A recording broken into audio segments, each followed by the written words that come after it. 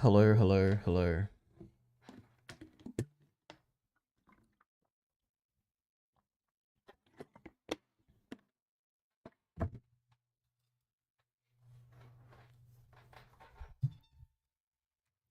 Wait for it. There's the AI music. Oh my gosh. We love it. We're the biggest fans of AI in the world here. Oh, Jesus.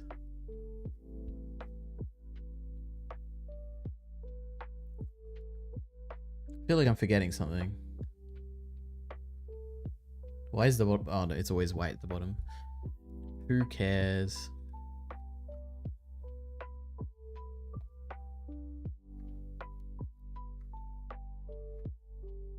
I feel like there must be very few people in this server because there's only 12. Well, I'm in 12th place and I've just done nothing, you know?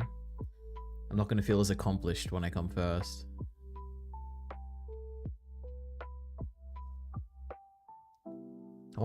I wonder how much money this game makes a month.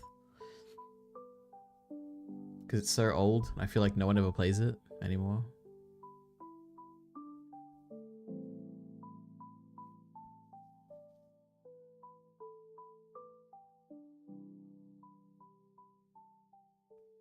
I wonder, do they even make like changes to this?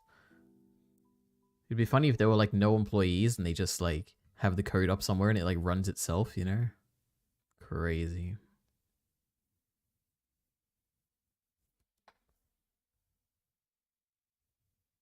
Oh my god, I'm gonna eat him.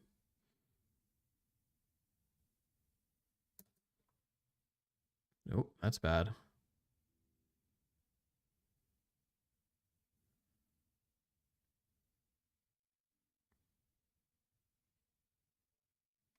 Oh my god, I'm in a war. This is going terribly. Jesus.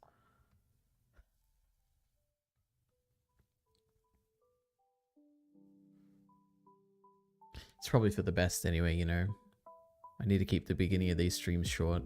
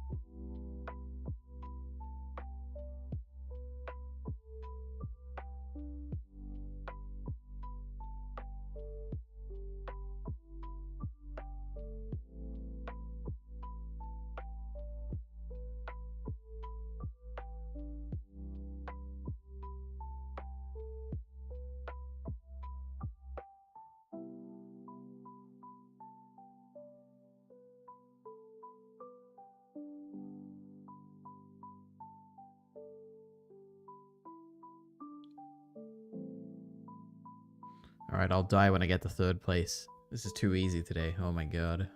No enemies. Only 8 people in this world, apparently. Pathetic. Chess was always a challenge, you know? Agario, too easy. It's a children's game, unlike chess.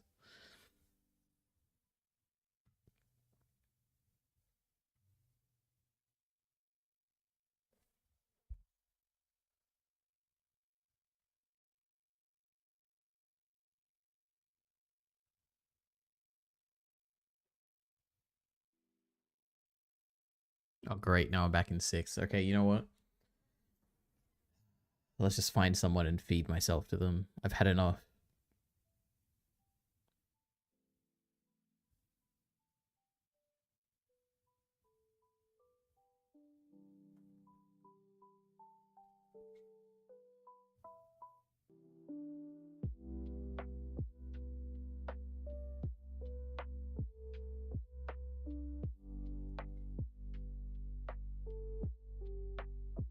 Oh my god, I have a genius idea to speed this up. There we go.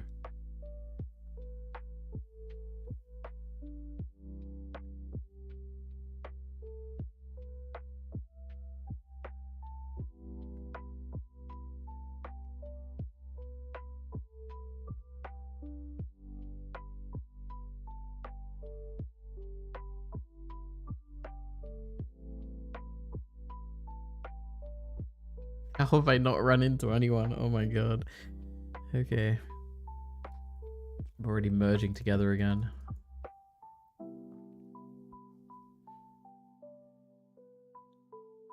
Here we go.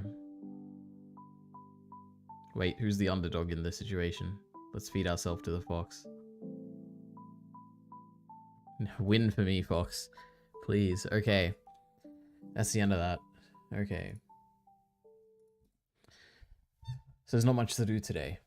I have two things. I have one of these. I have a tier list, believe it or not. Which who knows if I can be bothered to do it. But it's a bunch of cartoons and I organize them. These are the ones I've actually seen, okay? And also, you know what? I haven't really seen Yogi the Bear. Some of these I've only partly seen. The others I've seen completely. And these are all the ones I haven't seen, or like haven't seen enough of, like Futurama. I think I've seen like a few episodes, but not enough to comment on it, etc., etc. So I guess I could do this. Clear it. Wait. I am a bit concerned if I clear this, it better not mix it with the rest of these, but you know what? I think we'll be good. Surely.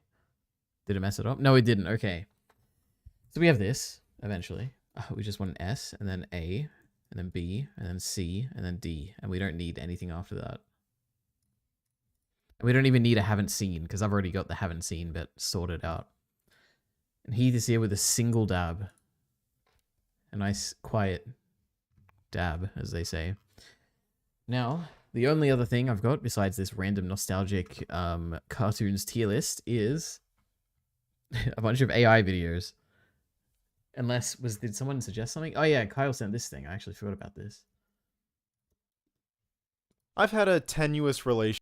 Oh my god. Yeah, how Civil War shifts the goalposts. I'm mildly interested in this. Oh, spoilers for Civil War. That's alright, I've seen it. Apocalypse Now, I feel like I've basically seen it because I listened to Kyle talk about it. And Full Metal Jacket, I have no interest in watching it. I have no idea what that is. So, it is what it is. And then we have a few here. We have Why I Am Not Threatened by AI Art Generators. Now, maybe we already watched part of this and I stopped watching it. I don't remember. There's How A24 Replaced Artists with AI. I'm interested in that because I love A24 and I didn't know they used AI yet. That's pretty cool. Well, I guess to replace artists. I guess they do that. Generative AI is, I guess, what I'm talking about. And AI Deception, how tech companies are fooling us. How exciting. This video. And it's by Cold Fusion, which is like, I think like a channel I've watched before. I don't remember if I like their videos, but I know they're like pretty well known at least. Anyway. And then a bunch of anime videos that I'm not really sure. None of these look too interesting. But this is... I'm interested in the concept of this, but I don't think I'll have anything to say. So I think we'll watch like the first 5 minutes and then see how it goes from there. Relationship with Alex Garland. So spoilers for Civil War, I guess. I admire his concerns for humanity on a macro level regarding societal evolution and how we seek to navigate the increasingly synthetic developments in our social interactions. I respect a lot of his screenwriting work and also something I realized after watching all the VODs that I put on Ordinary RE, I need to stop covering my mouth with the camera. I go like this a lot and I like cover my mouth and it's like, it's really bad, you know? I don't think it affects the audio at all, but it just looks really bad. So you gotta call me out, all right? Anyway, back to this. Of course, watching Ex Machina as a 15-year-old felt like a mind-altering experience. That movie, more so than Sunshine or 28 Days Later, gave me a lot of buy-in for what was to come. But I have to be honest, when Annihilation came out, I found it to be a total drag. So many of the same anxieties from Ex Machina carried over, but with none of the restraint his first movie had. I'm always excited to see a director up the ante, but it's one thing to rely on heavy-handed visuals to carry your movie. It's another thing to also have interminable stretches of heavy-handed exposition explaining what all of those visuals are getting at. Annihilation wants to be 2001 the movie and 2001 the book, and it turns out the two cancel each other out. The movie has a couple gripping set pieces, it's certainly accomplished on a technical level, but ultimately it's a series of elements that don't cohere, loudly gesturing at nothing. And that's pretty much the framework he's settled into with his subsequent feature films, scaling it back a little with Men, and now blowing it up tenfold with Civil War. Civil War is a piece of speculative fiction in which not 2, but 5 American factions are at war with each other. And it's up to our heroes, a ragtag— Oh my god, who are the 5 factions? I don't even know. Are we meant to know? Is he talking symbolically? I know there's the president and his people. There's the West, no, not Western, I don't know what it sounded something like Western Liberation Front or something. And then there was something else, and I don't know, let me have a look.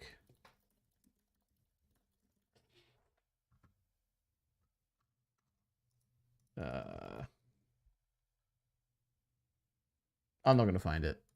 Group of wartime journalists to get an interview and a photo of the president before he inevitably gets assassinated. As they traverse back roads and hidden paths to get from New York to DC, they undergo a picaresque series of encounters that force them to confront cruelty, What side am I on? For what? For this movie? Surely I'm on the people who are trying to oust the fascist leader, I would assume. I don't know.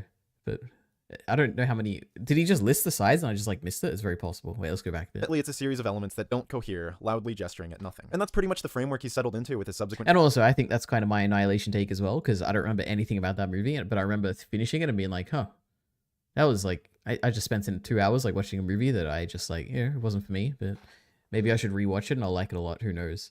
Budman is here. This is a scene from one of my favorite movies. Wait, maybe not. It's just the same actor.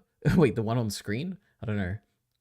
Feature films, scaling it back a little with Men, and now blowing it up tenfold with Civil War. Civil War is a piece of speculative fiction in which not 2, but 5 American factions are at war with each other. And it's up to our heroes, a ragtag group of wartime journalists, to get an interview and a photo of the president before he inevitably gets assassinated. As they traverse back roads and hidden paths to get from New York to DC, they undergo a picaresque series of encounters that force them to confront cruelty, hypocrisy, and at least— Am I crazy? Is there like something wrong with the visuals? Like, is the contrast too high or something in this video?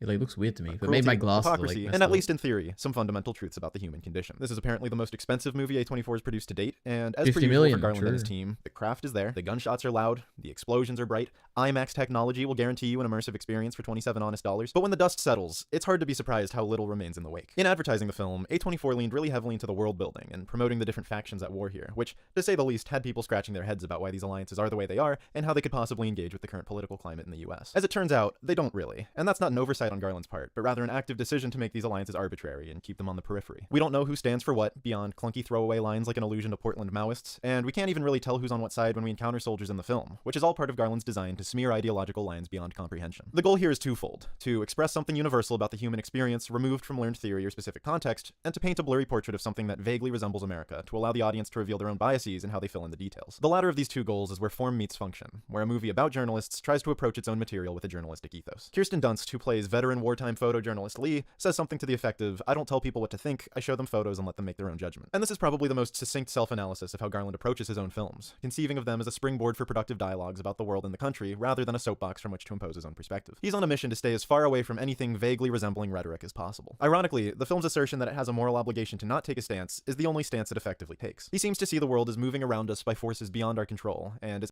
Wait, am I crazy? I feel like I must have like... Wait, like the president... I must have missed something. The president is like unambiguously a bad guy in this movie, right?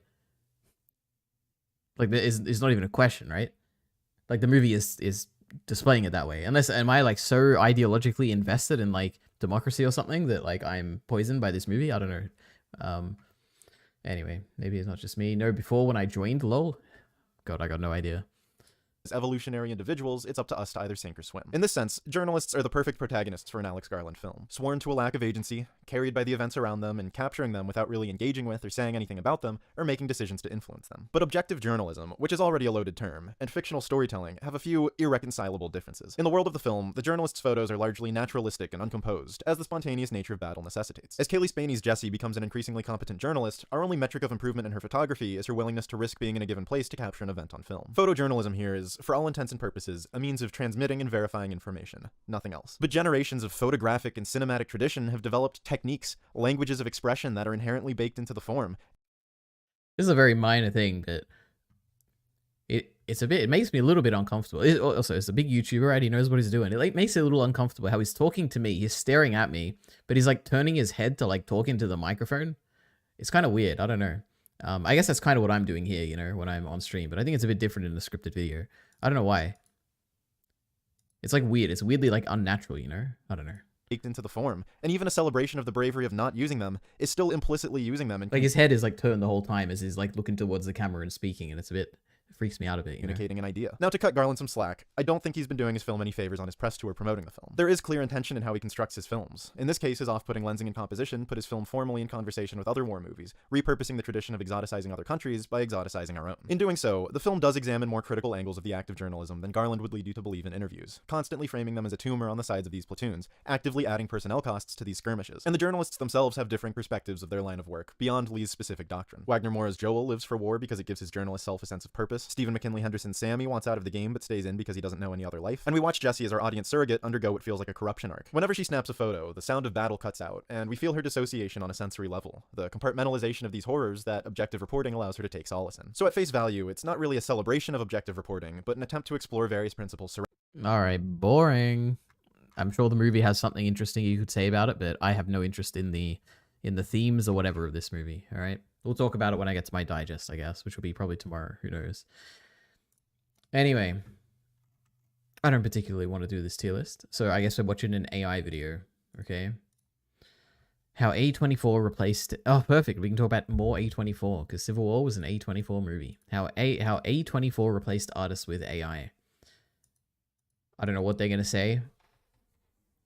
I feel like there's been no A24 movie that's... I mean, maybe it'll be image generation, because I don't feel like there's any video generation that would be good enough to be in a movie yet, or popular enough to do it. Yeah, we'll see. Movie posters. Compelling, tantalizing. Oh, no, it is the movie posters. Oh. Exciting, vibrant, wild images from the heart. But what about movie posters made with AI? So about 2 weeks ago, I decided to catch a Sunday matinee showing of Alex Garland's new film, Civil War. I was my god, it's about the same movie. This is crazy. Excited about this title. I had been for months, and whenever I know I'm going to see a film, I try not to see any of the trailers, avoid any spoilers. And I managed to get into this one pretty much spoiler-free. I only had a vague idea as to what the movie was actually going to contain. I exited the theater having enjoyed a true cinematic experience. The film was visceral, shocking, disturbing, and thought-provoking. I understand it's caused a bit of controversy with some of its politics, which I think is a sign of some strong storytelling. Garland's script feels well thought out and deliberate in the questions it's asking about journalism. This is great. It's like the opposite of the video we just watched. And its relationship and role in democracy. That's this Canadian's take anyway. Okay. So I posted a story about how much I liked the film, and a fellow cinephile forwarded me a brand new post from A24, the production studio that produced Civil War, and it appeared to contain AI-generated movie poster. Oh my god. This was extremely surprising, especially coming from A24, the most artist-driven, indie film-friendly production studio out there. If this image represents... Wouldn't you say A24 is kind of an experimental film distributor, where they, you know, they let people experiment with technology and stuff, which is kind of what makes their movies interesting? Wouldn't AI be like a very interesting thing for them to explore with? Against the major film studios, then this image is A24. They got kicked out of our college, stole kale chips from Costco. In short, A24 would not, could not, should not use AI. And yet they did. For an Alex Garland film, no less. 10 years ago, he wrote and directed Ex Machina, a film that deals with AI and the potential calamity it's going to bring on humanity. A lot of people believe that total AI usage is an... This is... I don't know if he's going to have, like, pull all these together, but... And also, I feel like he's talking here, like, sarcastically. I think he's going to obviously be on the side that, like, this is fine that they used AI. But there's, like, when people say AI, it's such a nebulous term, right? Like, when I think of AI, I think of, like, the general term of, like, oh, something sufficiently smart that, like, does something interesting, you know? When there's like a whole different group of people who, when you say AI, they think of, like, a robot that, like, spits out an image or a movie or something like that, right? And then you've got the other people who, when you say AI, they think of, like, killer robots that are going to replace humans or kill us all or something. And I think in this case, firstly, when you're talking about a movie poster, when he says AI, he's talking about generative AI, like the one that makes images. And now he's saying that it's ironic that a person in another camp, like the director of Civil War in Ex Machina, who's talking about the dangers of AI replacing humanity in terms of their, like, consciousness or whatever, now he's saying that, like, because the author made a movie about that type of AI, it's kind of hypocritical to be, like, as a studio or like a person who is making a film poster for the person that made the movie about that type of AI to use the other type of AI. I don't know, it's weird. Anyway. An unstoppable inevitability. It's in your nature to destroy yourselves. Major drag, huh? So, A24 releases these promos with the single comment, America the Beautiful. The images don't contain any actual scenes from the film, and the fact that they're AI generated is actually pretty easy to spot. The geography of this image makes no sense to anyone who's actually been to Chicago. Cars don't usually have 3 doors on one side, and this swan is swole as huge, enormous swan. The comments roll... Is that the evidence? It's AI? Really? What was the car thing? That's probably the most convincing.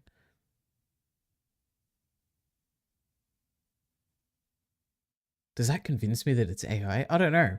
It could just be like an artist that's like comped together a few different cars. I don't know. I don't know if that's enough to convince me. Like, the letters are okay, but then again, letters are like...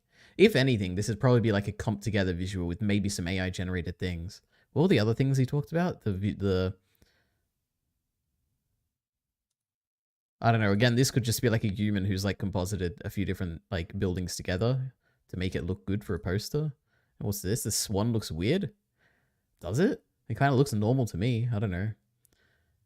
Like the image and the background looks really detailed. There's like no errors in the house in the background. Is there anything else that would make me initially think this is AI?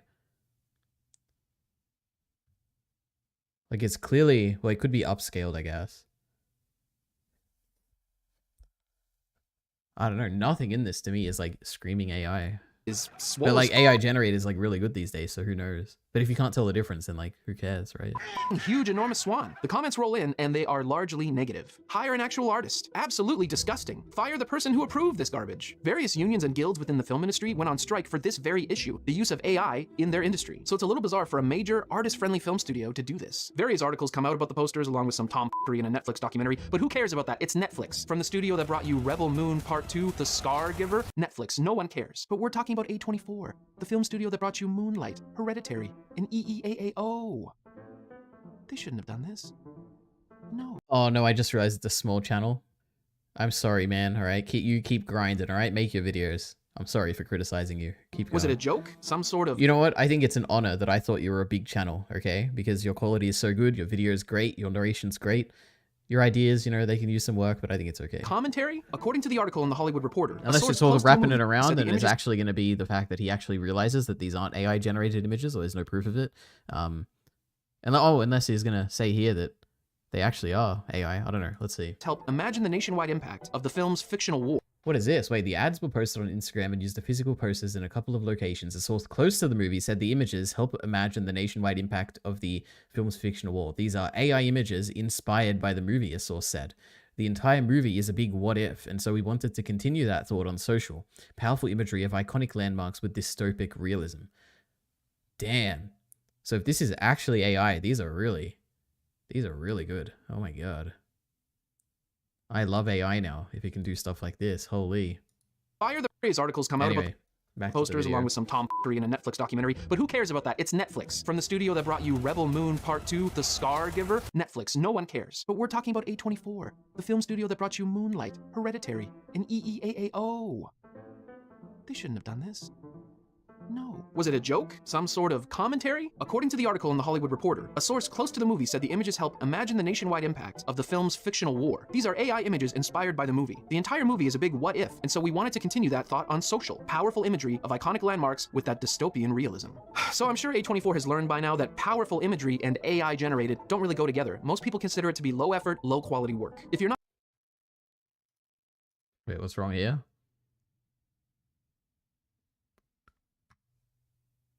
Is this meant to be like that these aren't people? Because I can see like one person, another person, another person, another person, and two kids, right? But I guess it could just be like, it could be some junk just made by an AI. I don't know. If you're not up on your AI image generators, it's incredibly easy to make a poster like this. To demonstrate, I'm going to create a poster. Oh, it's going to be so sick. I can't wait. Okay. Red Letter Media were talking about these posters the other day to Lamau. Oh my god. Maybe I should look more into this. For A24's inevitable sequel, Civil War II, Conflict in Canada. Little did they know, the real fighting was happening up north. Oh my god, I'm so excited to see this AI poster. Oh my god. Let's head on over to Midjourney here. Okay, so I'm here in Midjourney, Vancouver, battle, Civil War. And instead of a giant swan, we're gonna go giant Canada goose in the style of a modern movie poster.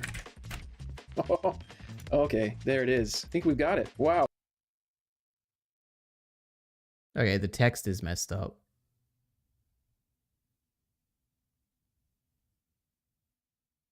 Trying to think. I'm just trying to like understand myself. Because I haven't honestly looked up at all the major like recent AI generated image stuff. Like, would this convince me? I guess. Like, the only thing I would say is the text, but beyond that, everything else looks like really good. Like, you could say this isn't curved, but it could just be like somebody made an editing mistake in Photoshop, right? I mean, it is curved, sorry. My god, how far AI has come. Oh, okay, I'm just gonna put the text on here. All right, that looks pretty good. All right, so let's upload this to Instagram and wait for the hate. So we know that AI tools are easy and fast, which means movie studios are going to want to use them more and more. Also, AI image generation is baked into a lot of editing software now. When I make my thumbnails for YouTube, oh my god, it's the greatest thing ever to make thumbnails with this. Oh my god. I often have to take text off of movie posters. I've been using Photoshop for years so I can mask and clone tool my way through it pretty well, but now there's an AI tool that can generate an image automatically, and the result is often better than what I was able to do manually. It is okay to be scared about this, particularly if you're an artist. But what is the answer? How do we prevail over AI artwork? In my opinion, the best tool we have is critique. When you see artwork or hear music, whether it's AI generated, made on a computer, or penciled in by hand on paper, critique it. Assess its merits. Good art makes you feel. So does this. The amount of time it took to make doesn't automatically make it bad or great, nor does the simplicity or complexity of the work. It's the aesthetics, intent, and execution that are key. If you feel that using AI means the execution is bad, you're right. If an AI generated song that your friend wrote about you makes you cry, you're also right.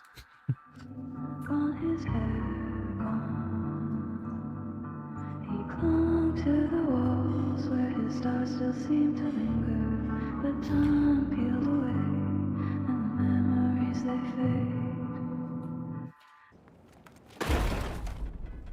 If you think that A24 should have hired a real artist for these images, tell them. If you think the real artists that A24 hired to make movie posters in the past were great, tell them. If you think that some of their movie posters are a little weird, tell them. Critique it all. We're surrounded by design decisions and they're not all good. That's what I'm trying to do with this channel anyway. Critique every movie poster, celebrate the triumphs, and call out the mediocre and the mundane. Whew, well, typically for these episodes, I do some sort of giveaway related to the movie I'm talking about, but in this case, Civil War is still in theaters. There's no physical media yet. So I've decided to give away a 4K Blu-ray copy of the 1990 Kevin Bacon classic, Tremors. Why? Because life is short. Wait, is he really?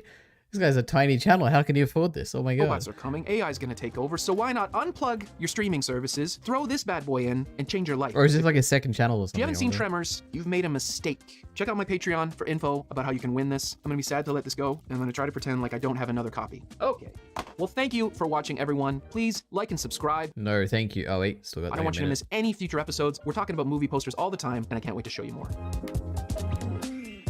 The AI version of me will probably have hair, so that's how you'll be able to tell. True. How many patrons does he have? Oh my god. 40 members. I think this guy's gonna blow up. That was like it felt like a very big YouTube video. I think the ideas were, I don't know, it was okay, I guess. Oh my god, my ear's so itchy.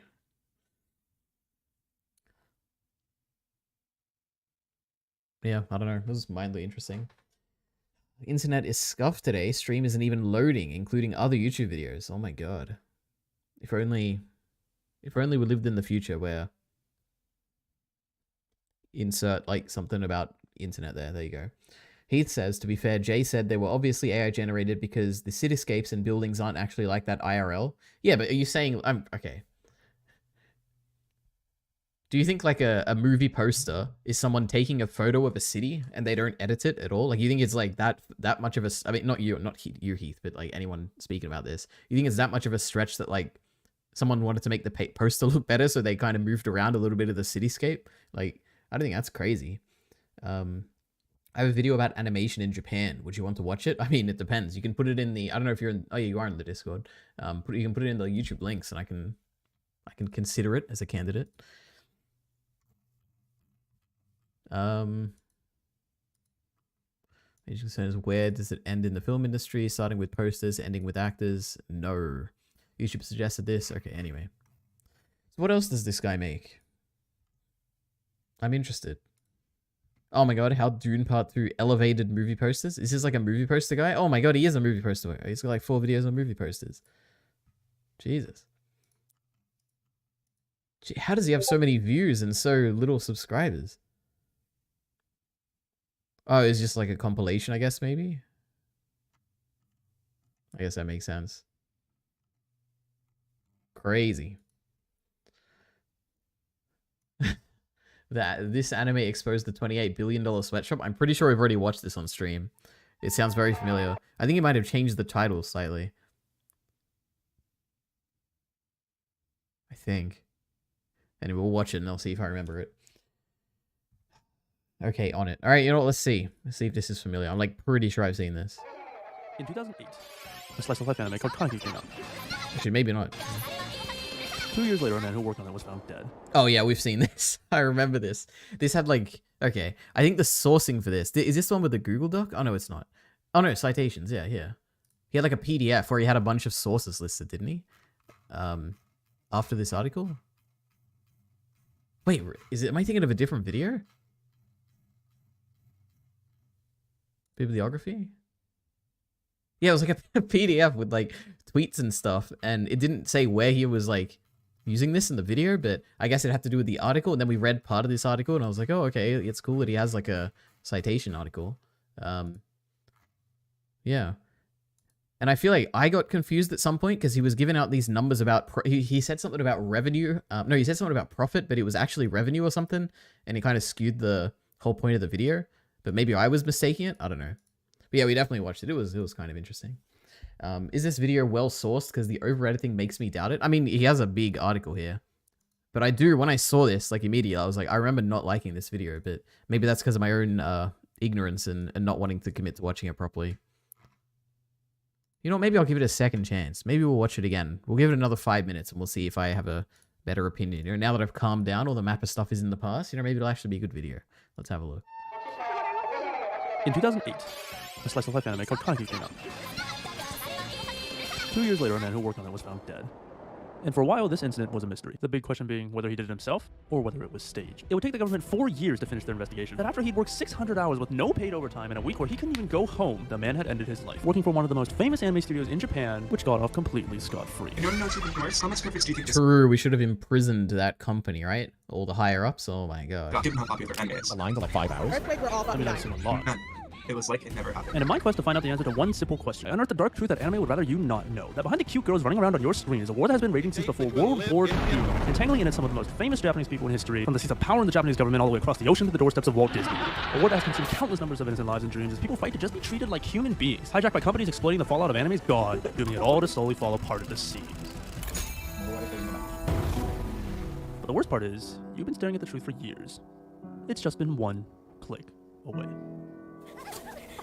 In January 2019, a new horror anime was released, featuring a group of orphans being raised to slaughter.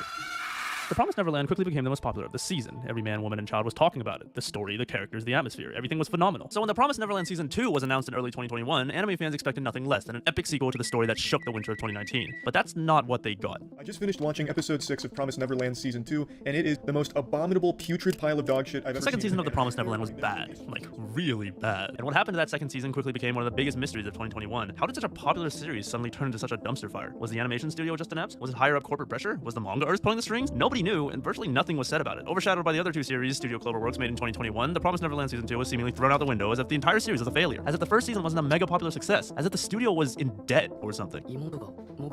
As fans were finishing up Demon Slayer and Attack on Titan Season 3, Cloverworks would reveal something odd. After having produced not only The Promised Neverland, but also Darling the Franxx and Bunny Girl Senpai in the same fiscal year, the studio had made no profit. In fact, they were 7 million yen in the hole. And they were lucky, because as the anime industry reported that it grew to a market cap of 2 trillion yen, industry surveys reported that the back end of the anime industry was actually in a crisis. 40% of all studios in debt, the industry shrinking by 5%, anime numbers collapsing for 4 years straight, and what seemed like an endless stream of employee horror stories. It was so bad that some reports even... I remember this. We went through these like horror stories, right? The industry shrinking by 5%, anime numbers collapsing for 4 years straight, and what seemed like an endless stream of... Oh yeah, then we had the Mappa thing, which is like not even a horror story. It was about like Netflix demanding more or giving Mappa less money or something. I don't know. Anyway, horror stories. It was so bad that some reports even predicted the industry's imminent collapse, something that anime had actually done to itself. In the 1960s, the manga anime industry got into a civil war. Specifically this man, godfather of manga. Yeah, I think I remember enough of this video. The general gist is that like, if you trust everything this person is saying, it's probably good, but I have no reason to trust this person. So the better thing would probably be to read through this article, I guess, and then check all the things he sources and see if they're actually accurate or not. But I don't have the interest or the patience for that, so we're not doing that, all right? But yeah, it's a well-made video for sure. The editing there was crazy. Okay. Like, there's something that makes me think he's going to exaggerate, make a doom and gloom video. I don't know, maybe. Maybe not. There's something about it that makes me not trust it. Or it's probably the fast-paced editing, the what do you call it? The, what's the word I'm looking for?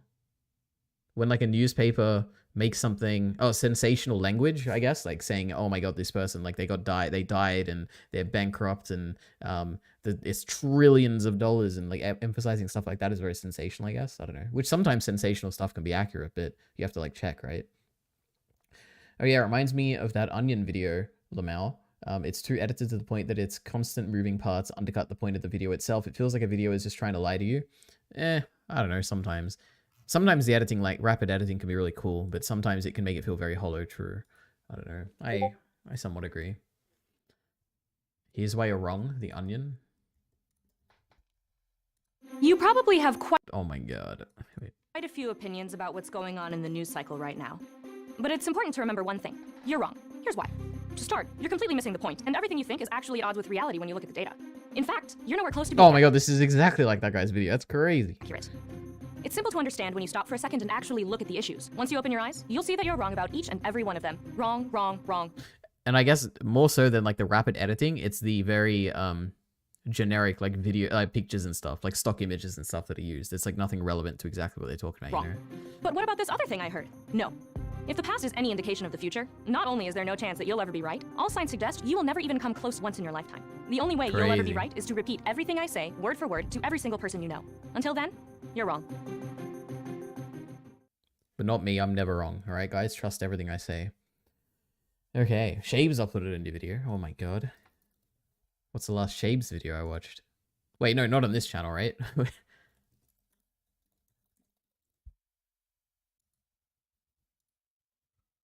Proving that dub is 2 times better with math? Oh my god.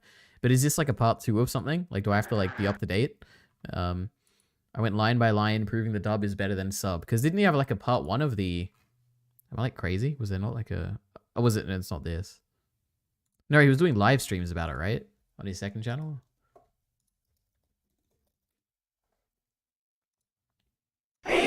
Jesus Christ. Yeah, sub or dub. You know, if you scroll through some of these VODs, you might find me saying like hi or something like one time. So good luck going through this like 20 hours of content here and finding me in the chat. Anyway, so reference Shaves is... I honestly, I don't know too much about Shaves. He's, to me, which is very limited, my exposure to him, he is a YouTube video essay maker. Now, I don't know if he'd be happy with the term video essay. I'm sure he has opinions on that, but that's what he is to me. He makes some of the best. Visually, it's like really, really good. Ideas for some of the stuff I've seen have been really, really good. What I know him more for is his second channel, Shaves, where he talks about...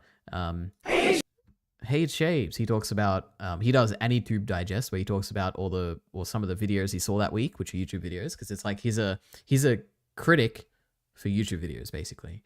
And that kind of, you know, it inspired my critiquing of media, even though it's like not really related at all, but...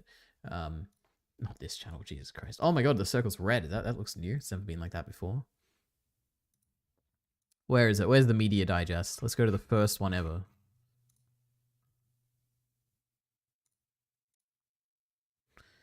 And let's look at the description. Check out Shaves for AnyTube Digest, which inspired this video series. So there we go. He's like my hero. Yeah, I think it's just an essay version of his lives. Okay, well. 50 minutes, oh boy. But I do, you know what? I haven't seen a Shaves video in a very long time. What's the actual last one I saw? Oh, I saw this one, but I saw it through Kyle. Actually, I saw the Better Berserk one. Jesus, that feels like it was yesterday. Oh my god. I haven't seen any of these. I don't know what this is. How Tears of the Kingdom feels like I haven't seen Hayao Miyazaki movies or whatever, and I haven't seen Tears of the Kingdom or whatever, so skip that. I have no interest in the anime encyclopedia, and this is an AMV, I assume. Yeah, it says AMV. I also assume this is an AMV, but maybe not. Anyway. Proving the dub is 2 times better with maths. So how would you prove a dub is better? What does it even mean to be better? I guess one way you could objectively measure the quality of a dub would be how accurate is it to the source material that it's adapting, I guess. How else could you prove it? How efficient is it at conveying the same information, I guess? Like the words per scene or something? I don't know. I'm sure there's a bunch of metrics there. Articles from The Onion live rent-free in my head and has consistently proved useful in ascertaining bullshit from media sources. I love The Onion, guys. They're great. Well, never read it. I went through this entire movie comparing the Japanese... Also, I haven't seen this movie, so maybe I should like watch the movie first before I watch this. I don't know. audio to the English audio.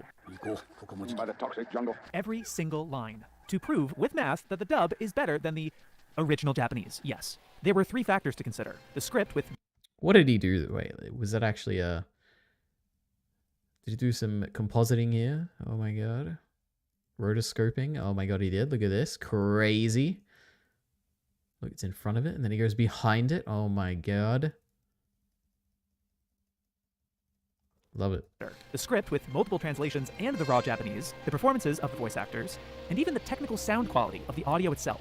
I was able to prove that the dub was almost twice as good by the numbers, but because there was over 700 lines of dialogue, it took me 30 hours of streaming to argue. So this video is the result. Nausicaa of the Valley of the Wind is my favorite anime film, which is why I chose it as my subject. I've seen this movie over 40 times since I was 10, almost every time with the 2005 English dub by Buena Vista. So the first time I saw it in the original Japanese was when it released in theaters, and I thought it was worse.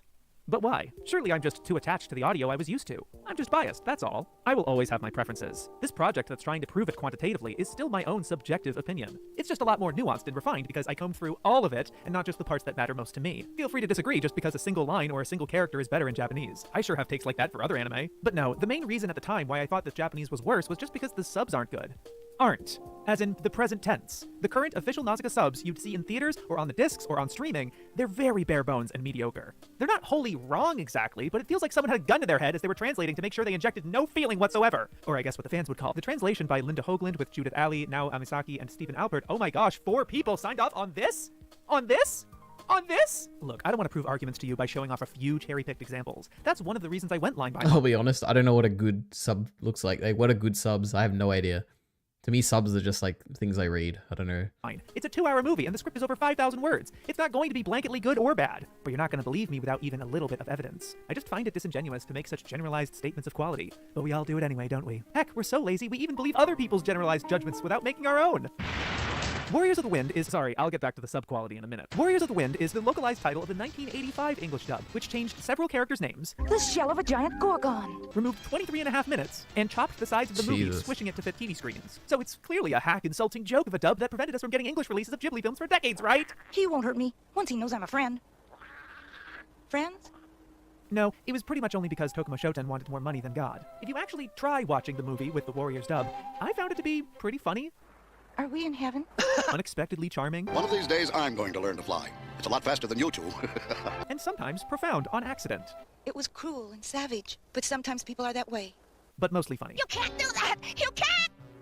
I'm not upset by its existence. It's not even included on any modern official release. And while it was an issue for the time when all you had was this VHS, now we have access to the original. Besides, it actually could have been a lot worse. You can tell watching Warriors, they did at least consult a proper translation. It's the same movie, all things considered. Perhaps fans assume it's worse than it is because of the outrageous cover art. If this is what they did to the cover, who knows how bad they butchered the movie? But that's ridiculous. What, do you think they managed to add Asbel riding a Pegasus somewhere? Yuba riding the God Warrior like he's Paul Atreides? There's so many ways a dub can go wrong that a couple weird line deliveries. There, in the toxic jungle. Or different names. My name is Prince Milo. My father was the king. Or peeking the mic a couple times.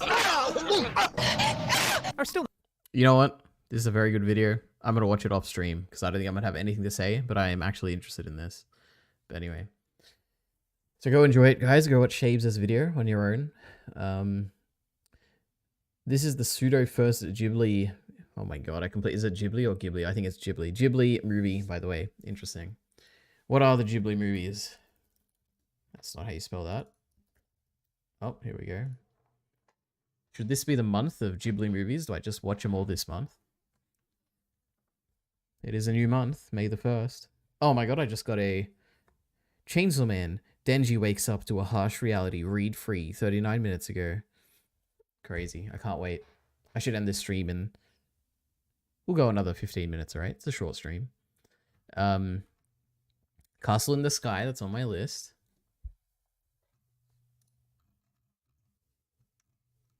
Wait, approved suggestions, right?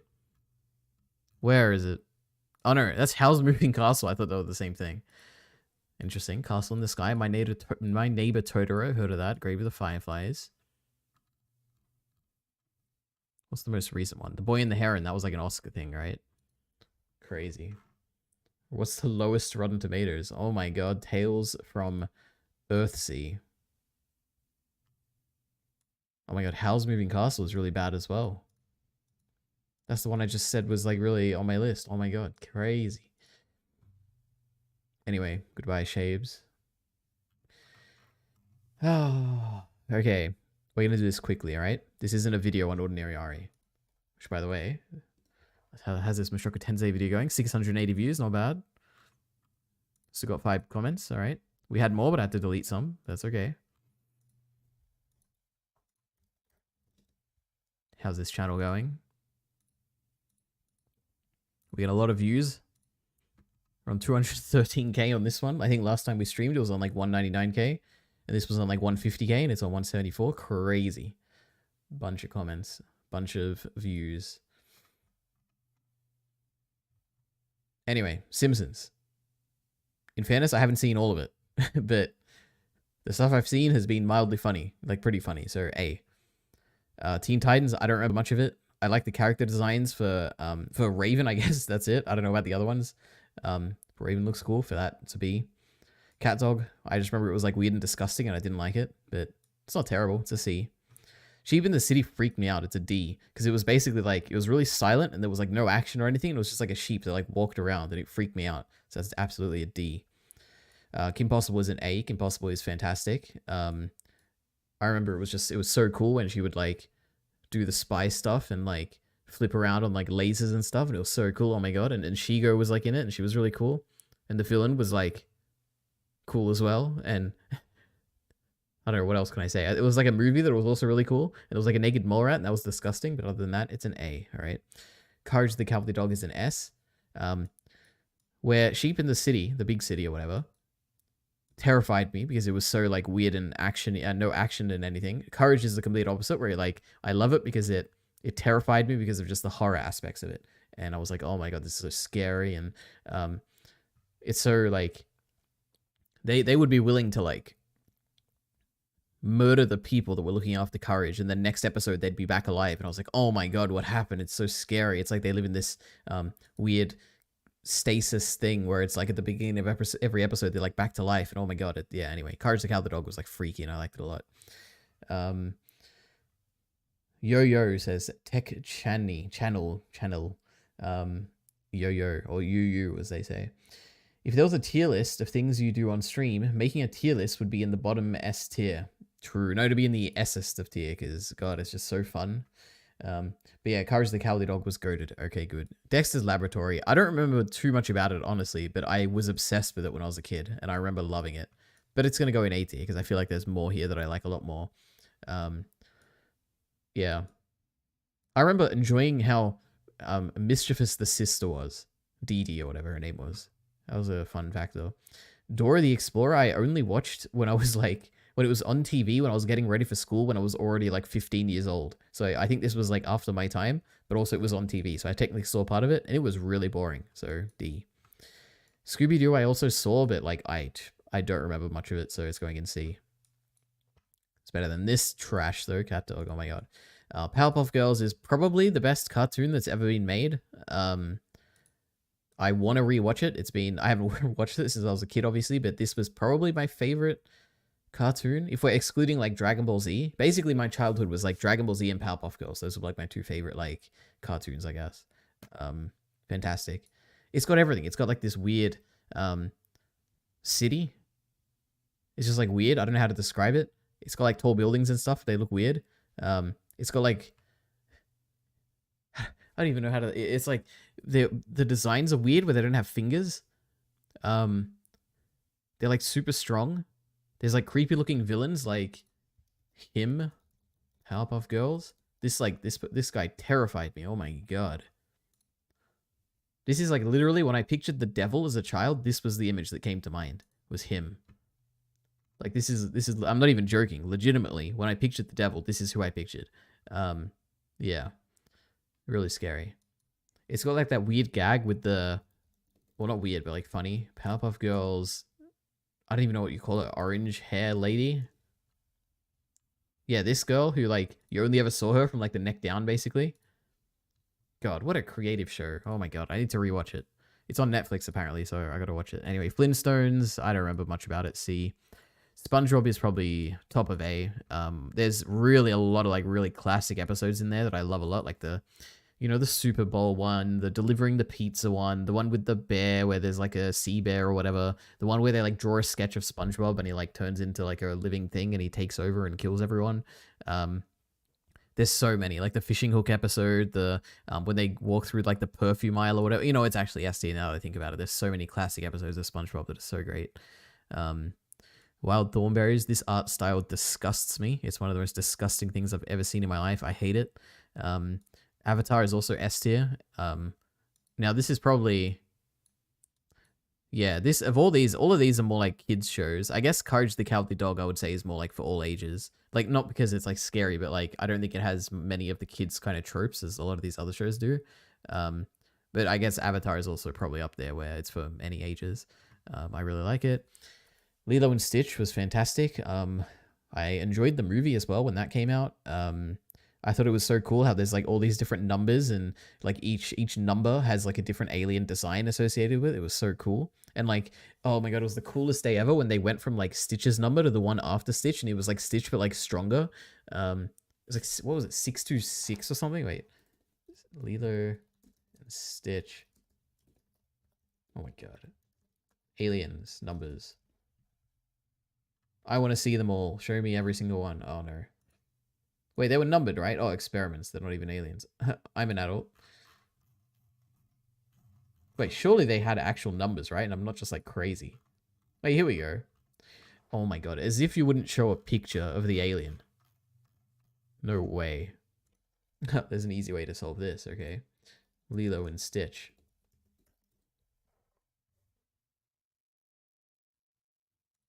Character tier list. Oh, Jesus. Oh, here they are. Which ones do I actually remember? I don't remember that or that. This one looks vaguely familiar. I don't know that or that or that. This looks very familiar. This looks familiar. Nope. Nope. This looks somewhat familiar. Oh my God, there's so many. I don't remember any of them.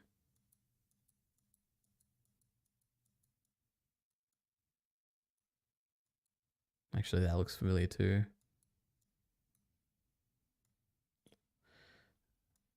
I'm just starting to realize how similar all these designs are. I never realized back in the day. Was this 626? No.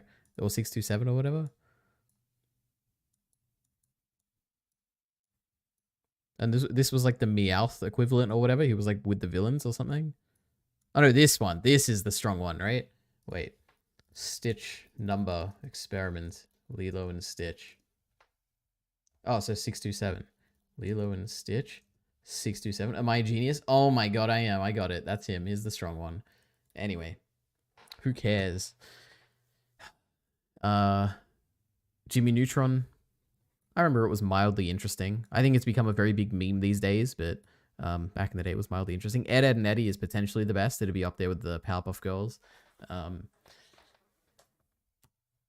God, Ed, the really, like, the strong, dumb one, is one of the funniest characters in all of fiction. Just anything he did just cracks me up. It's just so funny. That one time he ate a mattress was just the funniest thing that ever happened in my life. I can't believe it. It was so funny. Anyway, Tom and Jerry is also an S tier. Even these days, I scroll through TikTok and I see Tom and Jerry clips, and it's just so funny. Like, the amount they can do without any dialogue is just so funny. Anyway, Fairly Odd Parents. I remember enjoying this a lot. I think a lot of there was a little bit of frustration where I'm like, oh my God, if you can like wish for anything, why don't you wish for like crazier stuff? But he never did, you know? But other than that, it was fine. Johnny Bravo was really boring. I never really understood the appeal of it.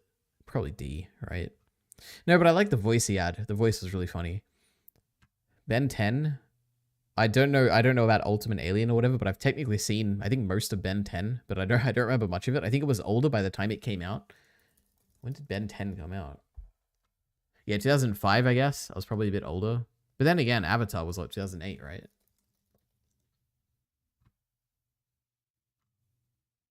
Oh yeah, no, that was 2005 as well. I don't know. I don't know why then. I feel like I was just, it was like a new thing that came out. I was a bit too old. It's like a solid B. I remember him having all the different aliens and like switching between them and stuff was really cool. The Proud Family. I've technically seen like a lot of this. I don't remember much of it, but I remember enjoying it, so it's going to go in B. Popeye, I didn't even know Popeye was a show. I thought it was just like a bunch of short clips, but it was kind of cool how like he ate spinach and he got really strong, and that made me want to try spinach, and then I tried it one time and it was gross and I felt like betrayed. So yeah. I assume this is the Jetsons? Is that what they were called? The Space Family? It's kind of boring. The coolest thing they ever did was appearing in Rick and Morty. That was really cool. Rugrats had a cool opening song, or like whatever the main theme is. I remember liking that. But the art style or whatever, or the fact that they're all kids, like little babies or whatever, like weird. It was like gross. I didn't like it. Yeah, so like probably C. Recess, I also don't remember much about it, but I remember enjoying it a lot. That's all you're gonna get out of me. Yogi Bear, this was like, I don't remember. Firstly, I didn't know this was a show. I thought this was like a part of another show. You know, they have like cutaways and they have like a B story. But this was scary. I don't know why. Like, I feel like this bear had an episode where he went like feral or something, and I was like, oh my god, he's so nice usually, but like, this is like the danger of wild animals where you can never trust them because they can look nice and cute and happy and like us, you know, like this human bear. And then one day they can turn on you and maul you to death. And this show like inspired that fear within me.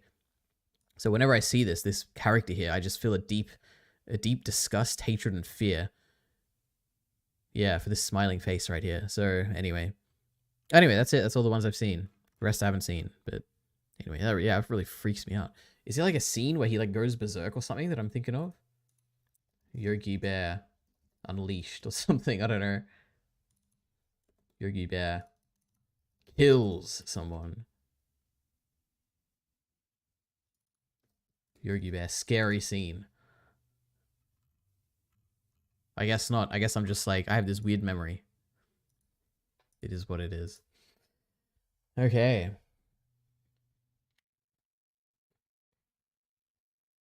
Tom and Jerry is my first cartoon ever. I watched since before I could crawl. Jesus. Tom and Jerry has classical music in it, and to this day my mum calls European classical music Tom and Jerry music. Oh my gosh.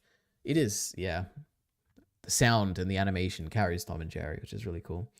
Top anime tier list. Ugh. We already have a tier list for that. It's called My Anime List. Is this website going to load, or is it going to give me an error again? I guess we'll have to see. I did actually, demote Mushoku Tensei the other day, because, it's not quite the 10 out of 10 I thought it was.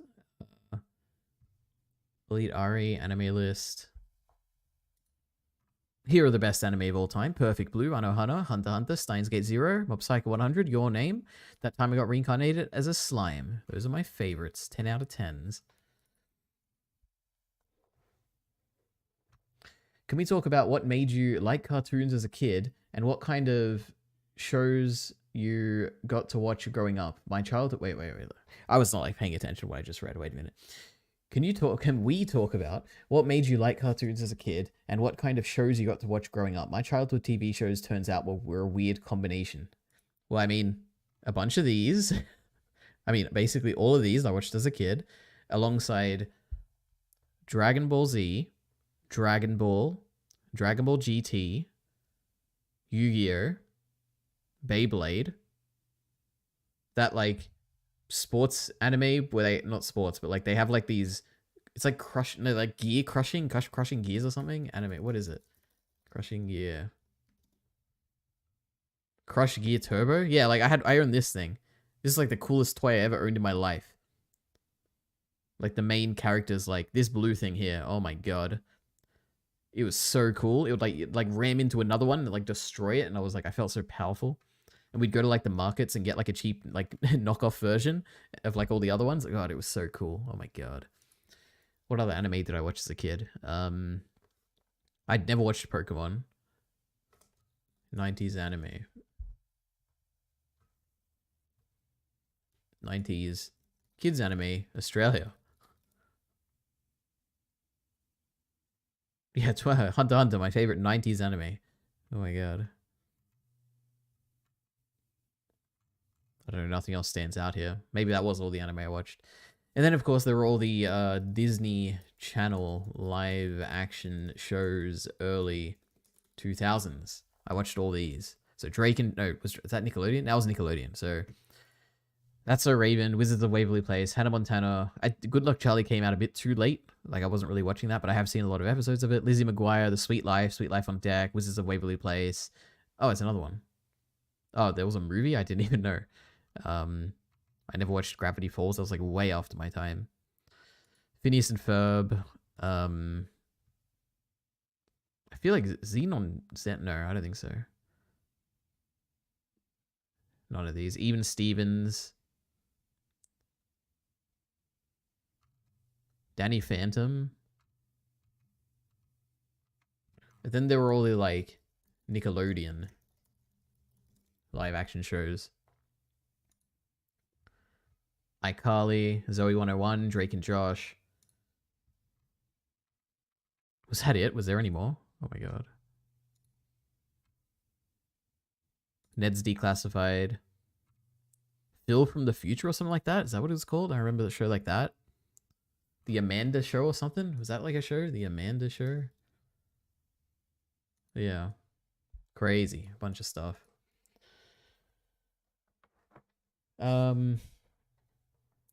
Spinach's top tier leaf. Well, I don't like any leaf, right? So maybe it is the top tier of all the really shit leaves. Fix your Mal right now. What's wrong with my Mal?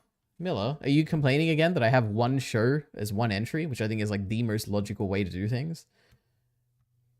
Is Steins Gate Zero that good? I love it a lot. I think it's better than the original. I don't know what the mainstream opinion is these days, actually, but back in the day, people used to hate it when it was airing. Well, not hate it. They just like thought it wasn't as good as the original. But I think it's really good. Like emotionally, I was very emotionally invested in this, I guess. So yeah. I meant in terms of what's available to you and your peers and which particular combination you watch. Well, I just went through basically everything I watched. I know a lot of my friends would watch Pokemon. I never watched that. That was like one thing I was left out of. Also Star Wars. When I was younger, a lot of my friends were big Star Wars fans and I never watched it. That was a big thing I was excluded from, I guess. What else was like popular that I never watched?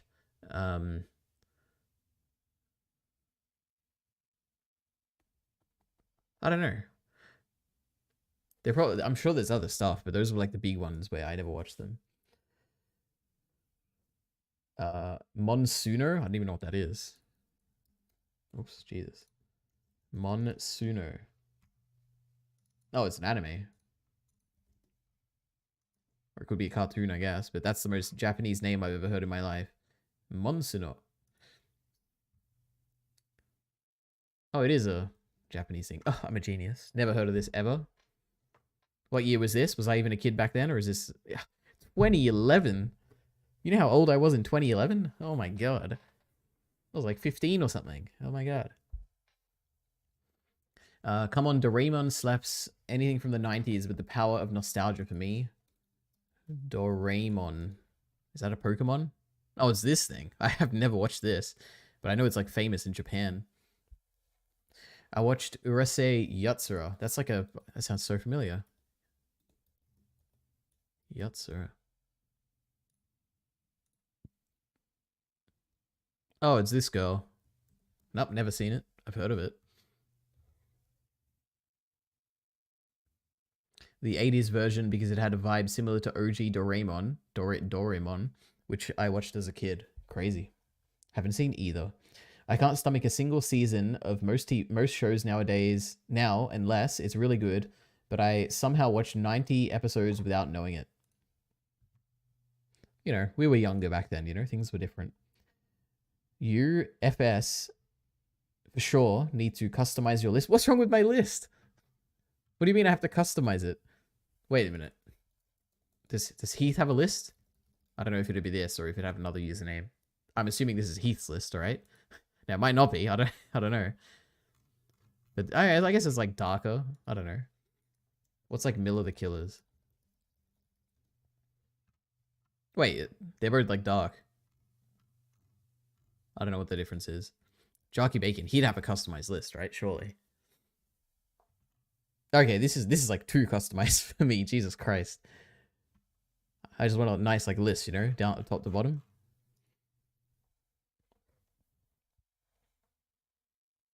You'll never catch my high Mal numbers at this rate? Well, I'm not a nerd like you, Miller, alright? I don't need high numbers. because I just watch the best anime. I don't have to watch a lot of it, you know? Why does this not work anymore?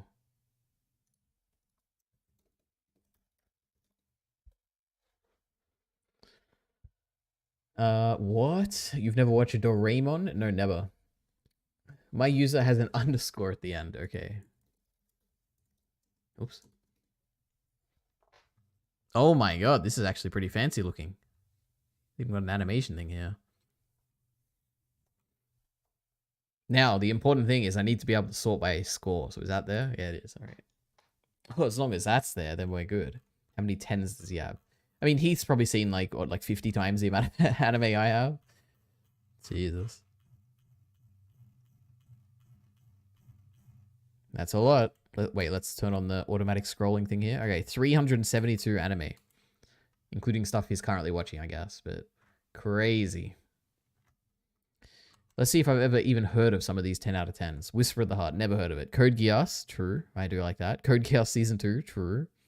Garden of Sinners, that's something I have to watch. Another Garden of Sinners, more of them. The Disappearance of Haruhi Suzumiya. Sounds familiar. Is that from Heath's profile picture on Twitter? I don't know. Nichijou, I've seen like 4 episodes of that. Psycho Pass, it's on my list. Terror in Resonance, I vaguely heard of it. Attack on Titan Season 2. Oh my god. Who knew Heath was a Attack on Titan fan? I thought he just hated it. But I guess he just hates everything after the rumbling, I guess. That would be my guess when Heath started hating things, but maybe not. A Silent Voice. I am waiting to watch that movie. I will soon.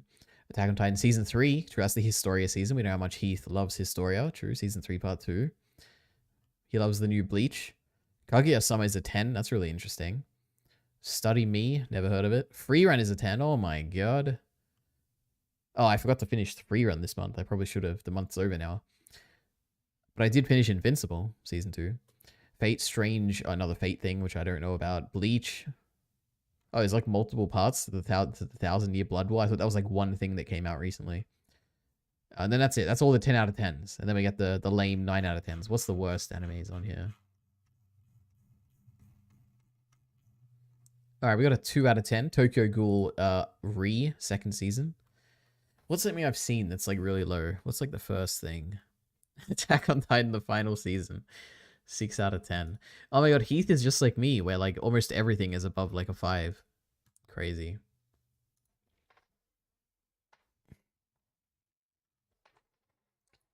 What do I want to see from Heath? What does he give Mushoku Tensei?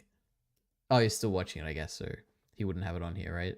Except for season 1. A 7. That's respectable from Heath, I guess. It's not bad. What else do I want to know from Heath? Mob Psycho, has he seen it? An 8. That's like pretty... It's pretty terrible, actually. It should be way higher than that, but that's okay. Is Hunter x Hunter on here? Nope, he's making progress, though. 120 episodes. That's pretty crazy. Crazy. What about Berserk? Is Berserk on here? Absolutely not, it seems.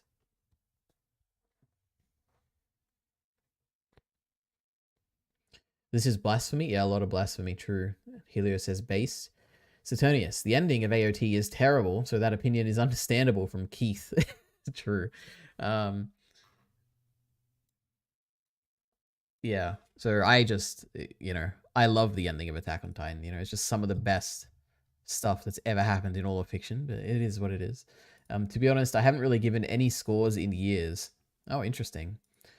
I dropped Hunter x Hunter after that Gon and Pito moment. Wait, why did you drop it after that? Did it offend you? Were you like, this is the end, I can't believe it, it's so bad? Or was it like, the series has peaked, it can't possibly get better, I have to end it here while it's rising? Or was it more a practical thing where Heath got really busy and, you know, he had life coming and there were so many other shows he had to watch and it's like, oh, I'll just save it for like a rainy day, you know?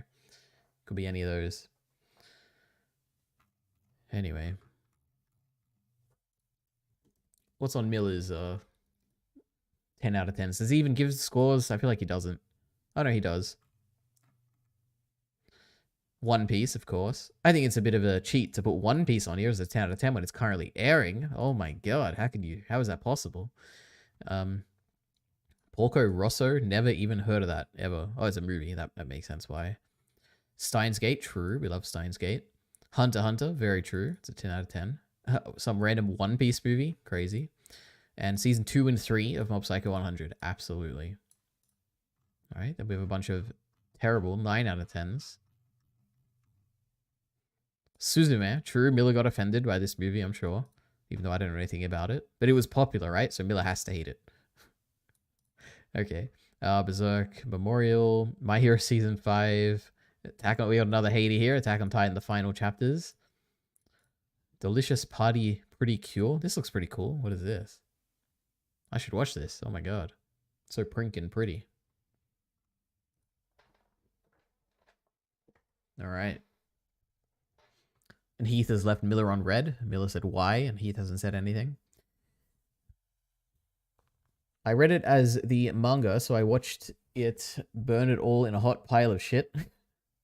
Jesus Christ. In the anime, they did damage control and didn't leave as many red herrings, so it's understandable if you watch the anime. But for me, that story made me almost quit the anime in Japanese media. If you're talking about Attack on Titan, I'm surprised you don't know my takes on it. I'm a very massive defender of chapter 139 of Attack on Titan. I think it's like maybe the third best chapter in the entire series. I think the Rumbling is undeniably the best arc in Attack on Titan. I think the Ymir stuff is the best stuff in Attack on Titan. And like in terms of like all the plot reveals and stuff that have happened, that's more what I'm talking about. And I think Mikasa is like my favorite character in Attack on Titan. Yeah, and I read the manga month to month when it came out. So yeah. A lot of Chimera Ant was slow apart from Gon stuff, so I just skipped to see what the last episode was, like knowing that the anime wouldn't be able to adapt the whole manga. Oh my gosh.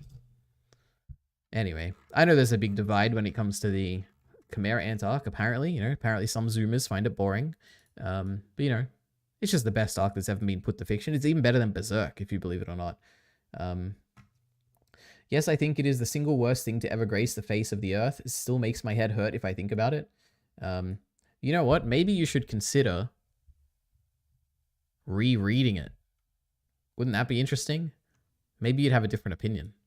And maybe there would be some perfect videos for you to watch while you reread them on the secondary ENT channel. Where are they? How much do I have to scroll back to actually find this, you think? Show me one of the worst thumbnails I've ever designed. Where is it? How many years back are we going?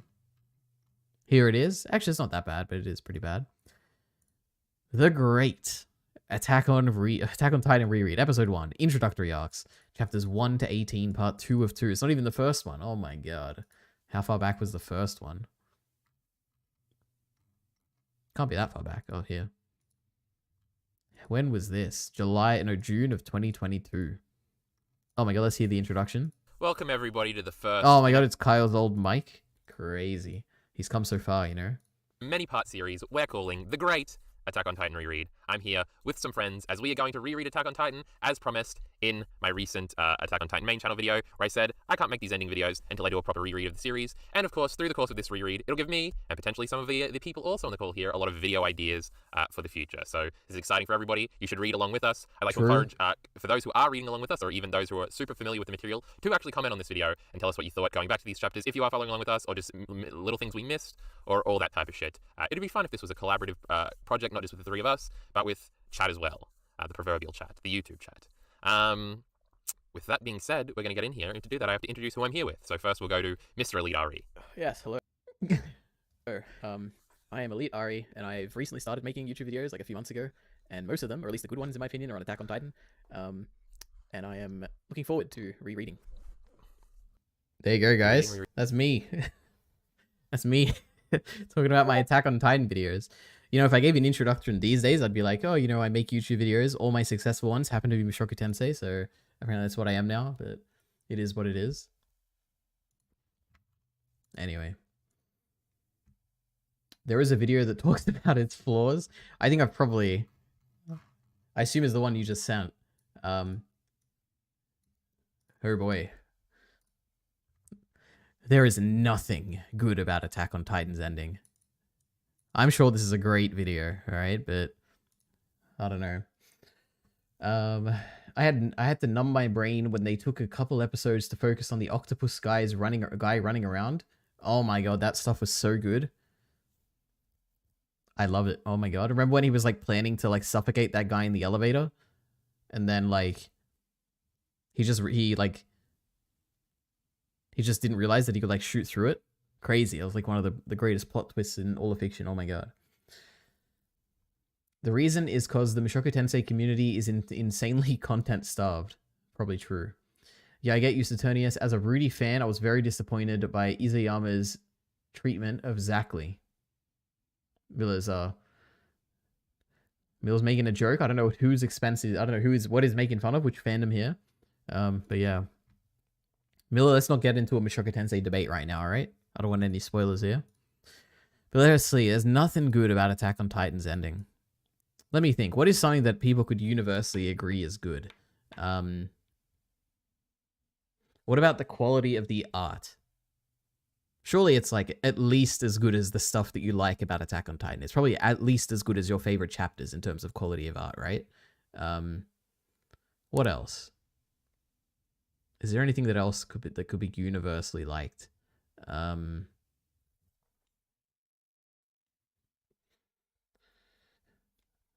The character designs are probably on model. Like Eren probably looks like Eren. Armin probably looks like Armin, right? Like you can probably agree that that's pretty good, right? So already I've just destroyed this title. There is something good about Attack on Titan we can probably all agree on. All right.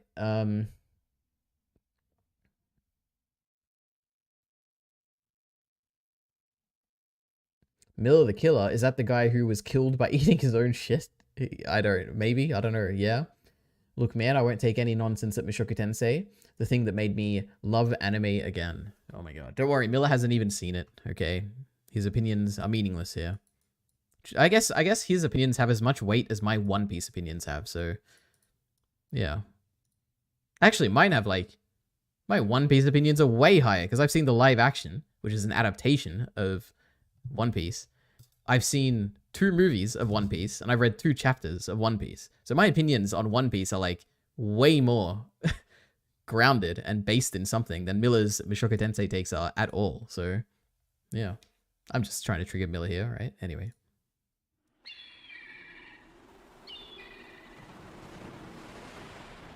Oh, wait, is this an anime video? Oh, no, it didn't come out 6 months ago. Oh, I guess it did. No, it came out November 4th or something, right? It has been well over 2 years since Attack on Titan's final chapter released, and to this day, people are still debating over whether this was the finale the series deserved or had been building up to all this time. Now, it genuinely also, I feel like I've probably seen this video already. Surprises me that the fanbase seems so split on the ending, because in my opinion, it should not even be controversial. Forget chapter 139, AOT's rumbling arc as a whole goes against everything the series had been building up to over its 12-year-long journey. Calling this video a critique would imply I have some positive things to say about the ending. I don't. So take this video as more of an analysis of the arc and its characters. The video is split up into these sections, which have been separated by timestamp. Battle of Heaven and Earth, Eren's plan. Where's the Ymir section so I can point out how wrong he is? 2152. Okay. Wait, is there a Mikasa section? That's probably easier, right? Wait a minute. To 139, AOT's rumbling arc as a whole goes against everything the series had been building up to over its 12-year-long journey. Calling this video a critique would imply I have some positive things to say about the ending. I don't. So take this video as more of an analysis of the arc and its characters. The video is split up into these sections. Historia, Eren's a psychopath. Eren only cares about his friends. Eren's trust, Eren's freedom, determination, Eren's plan, the Battle of Heaven and Earth, Ymir, Carla. That panel? What's that panel? Oh, the 10 years panel, maybe? Eren's objectives, the Alliance, other unanswered questions. Do you think you'll talk about Mikasa's headaches, I wonder? Let's have a look, alright? Didn't they also have headaches all the series? Of course, you couldn't say, oh, that was all just doing. Once again, she's both an anime and an Oriental. She has 2 times immunity. Oh, Jesus Christ. Okay. Anyway, let's see. Maybe he'll convince me. What does he say about Ymir? For the last 2,000 years, Ymir has been oh my god, it's so quiet. For someone to free her. Eren is the only person to ever tell her that she's neither a god nor a devil, and she can decide for herself what she wants. Earlier within the same chapter, Fritz said that slaves don't need both eyes, and so hers were always obscured whenever we saw her. The first instance we ever saw them was at this moment, when for the first time she disobeyed someone with royal blood. She chose to help Eren, and Armin even points out how she must also want to do the rumbling. So then why does the story flip itself into telling us that Ymir was actually waiting for Mikasa all this time? As late as chapter 135, we see that Ymir actually did let the pigs out. She has always sought freedom just like Eren. Putting wings behind Mikasa doesn't mean she's a better symbol of freedom than Eren. We also find out that Ymir actually loved Fritz the entire time. In chapter 122, we see her take the spear for King Fritz, but choose not to regenerate. She was perfectly capable of surviving this, but would rather let herself die than continue living. And then the chapter ends with this cathartic panel of her rage after all she's been through. She sided with Eren here, the man who rejected everything Fritz stood for. Fritz, the same guy who cut out her eyes, maybe killed her parents, enslaved her, used her to conquer the world, forced her into having kids, and then had those kids eat her corpse. This is not Stockholm Syndrome. Stockholm Syndrome requires the victim to have some sort of bond with the abuser, but all the story did was show us just how much she hated her life with Fritz. This is a terrible... Okay, I don't even know what to say. I'm sure if you've listened to any of my videos, you know my take on the Ymir thing. This is the most surface level reading of the situation. I don't know. Maybe you guys agree with it. I'm not gonna go into this again. I just decided I don't care about Attack on Titan discourse anymore. You know, we're done. The anime's over. The anime's the definitive ending. Izayama got his vision out. Apparently, we're done. All right. I wasn't thinking much when that part of the story happened. I started analysis when I caught up in the manga. Also, you have literally not heard a word of the video before you started criticizing it, Lamau. True. The mic is terrible. Yeah, that's how you know he has great points. No, you know he has great points because he's a small channel. And we love and appreciate all small channels, even this one. Okay? We love it. I hope he makes more videos. It's been 6 months. I'm sure he's cooking up the next one. I'm on the edge of my seat. All right? Nothing against the guy. Except for the mic. You gotta make it a bit louder, you know? I hate the current era of YouTube. True. Anyway. AI videos. AI deception. How tech companies are fooling us. What am I more interested in? This one. Oh my god, I've got a million alarms going off. I guess that's the only AI one. Cold Fusion, 18 minutes. We're not going to watch all of it, but we'll watch part of it. Tao, great points. The Ymir thing works, but wouldn't you prefer it to have shown you and not just told you in the last chapter? Sometimes I wonder what level of irony Miller is operating on here.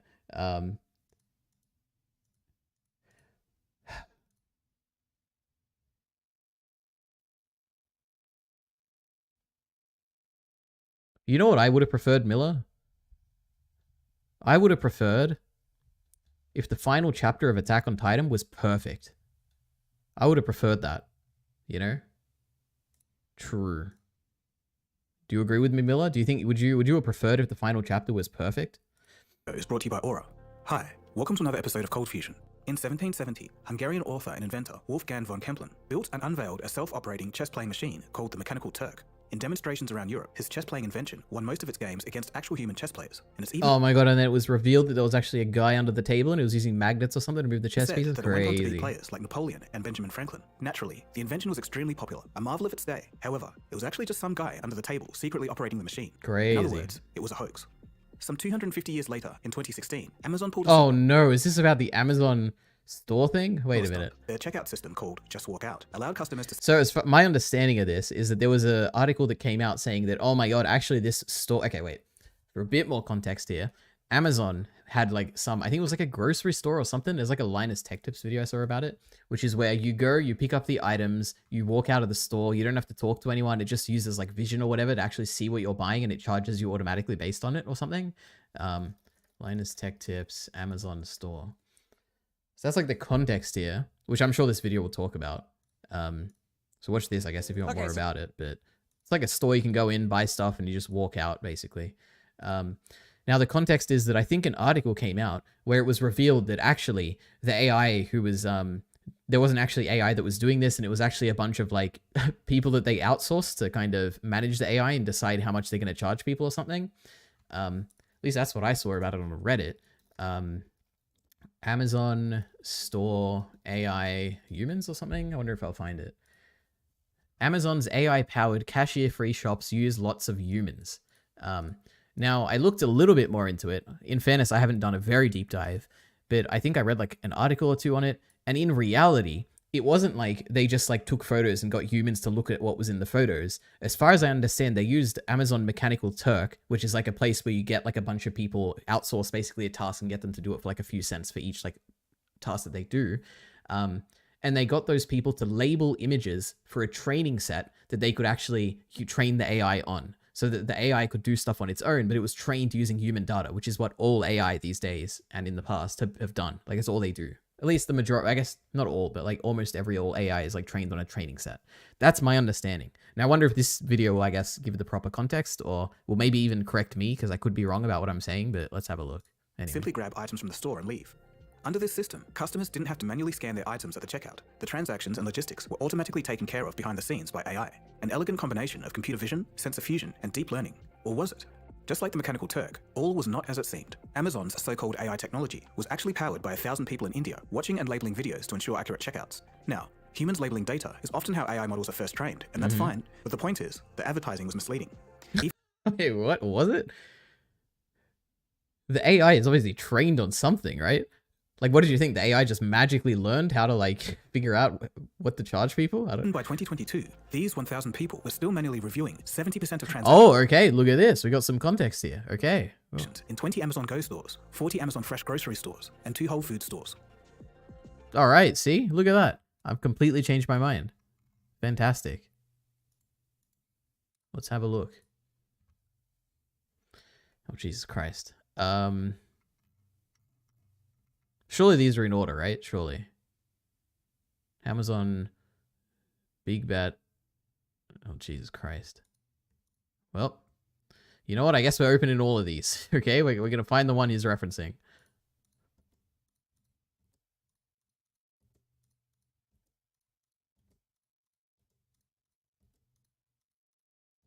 Surely that's enough, right? It'll be in one of these tabs. So what was the claim he said? 70% of transactions. 70. 70. 70. 70. No. Could be in this PDF. 70. No, not the 1970s. We want 70%. No. Okay. Maybe it's in a video. Maybe he'll actually give the source in the video when he talks about it. Amazon store, AI, humans, 70%. Rechecked. 70% of the checkouts had to be rechecked by humans compared to the 0.05 that was supposed to be checked. They just moved their cashiers to India. You really can't outsource anything. Maybe this article talks about it. Here we go. Amazon celebrated Just Walk Out technology, allowing customers to seamlessly bypass checkouts had a surprising reliance on overseas workforce. The information revealed that around 1,000 employees in India manually reviewed up to 70% of Just Walk Out transactions in 2022. So, Amazon celebrated Just Walk Out technology, which allows customers to bypass traditional checkouts at its stores, secretly relied on Indian human workers manually doing their job, according to a recent report by Business Insider. Approximately 1,000 workers in India were tasked with reviewing what customers picked up, set up, and ultimately set down, and ultimately walked out with Amazon's Just Walk Out enabled stores as per the information. While Amazon touted the technology as a groundbreaking achievement driven entirely by computer vision, the reality was that a significant portion of Just Walk Out sales required manual review by the teams in India. In 2022, the report stated around 700 out of 1,000 Just Walk Out transactions had to be verified by these workers, citing an unnamed source familiar with the technology. Okay, wait a minute. Okay, so this was from 2022. 2022, Just Walk Out, Amazon, 70%. 2022. It was a report from Amazon, right? But they just said it was like some...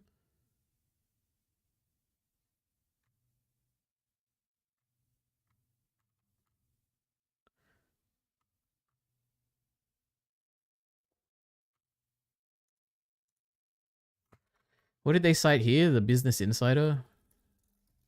Do you think they'll have a link to it?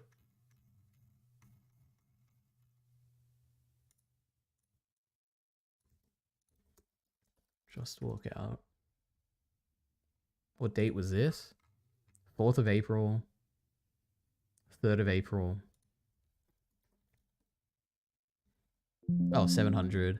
So about 700 out of every 1,000 have to be reviewed by a team in India, according to the information. Okay. Just Walk Out, Amazon, 1,000. No, 700, I guess. No, that's 2023.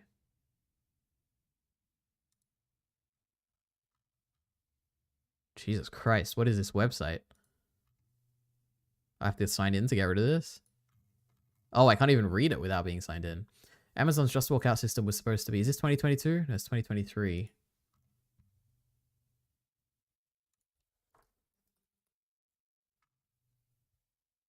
Last week, reports started going around that claimed Amazon employees around 1,000 workers in India. The report claimed that Amazon's workers had to be reviewed out 700.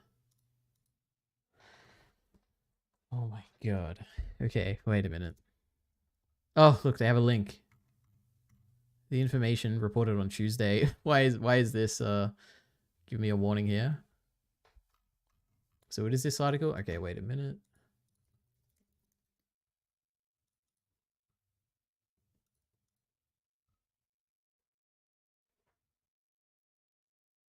I should probably read chat as well. I don't know if anyone said anything. The Stockholm thing needs much more than what is showed in the manga. What is portrayed fails to meet the standard. Well, that's my opinion. Also, if we give Yams the benefit of the doubt and say that standard is met, the thing is, why don't we get to see it? Why do we have multiple panels of useless Historia bullshit when that time could have been used for Ymir, knowing the manga had so few chapters left? I'm just enraged at the manga, lol. I couldn't even watch the anime because of the brimming rage still. I'll come back in years later. It was like an 8 out of 10 series at most with a boring main trio. Don't get the rage people have about the ending. Ooh, oh boy.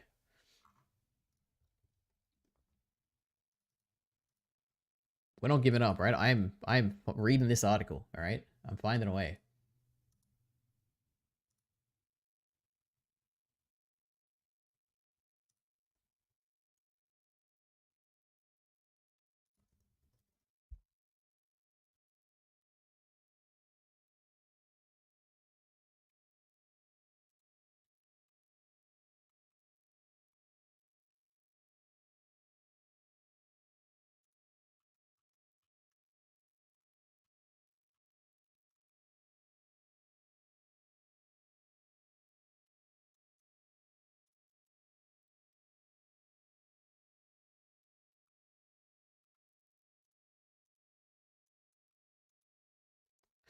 How much do you reckon a subscription is? Wait a minute. Subscribe to read the full article. Join the high-powered thing. All right, if we say so.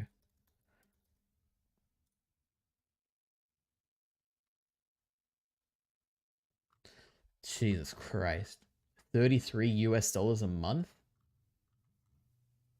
For one article?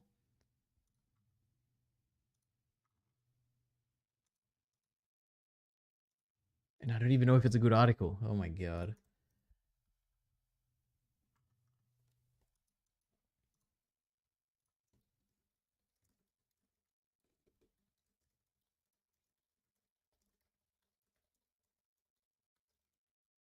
Anyways, while I figure this out, let's continue watching this. 40 Amazon Fresh grocery stores, and 2 Whole Foods stores.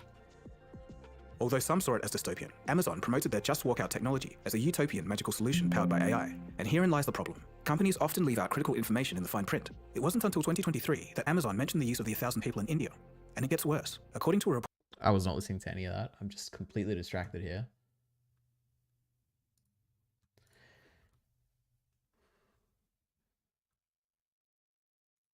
What's this called? Bet and walks out some. Okay. In 2020, Amazon went on a blitz offering up the grab-and-go cashierless technology behind its Amazon Go convenience store to large retailers around the world. That included offering up the Just Walk Out technology to Woolworths, the largest retailer by revenue in Australia, according to a person with knowledge of the talks, and executives at the department store chain Coles weighed the pros and cons of installing Walkout. A person with knowledge of the discuss said, but few deals with big retail chains have materialized in the years since, and Amazon has yet to deploy the tech in large store that it doesn't own itself. These previously unreported discussions underline the challenges Amazon has faced in selling its Just Walk Out technology, etc., etc. The story, then he just quotes it. Amazon currently uses the technology in more than 20 Amazon Go stores, more than 40 fresh grocery stores, and 2 Whole Foods stores, and company spokesperson said the number, etc. Okay, this doesn't say anything. It just says what's in this video.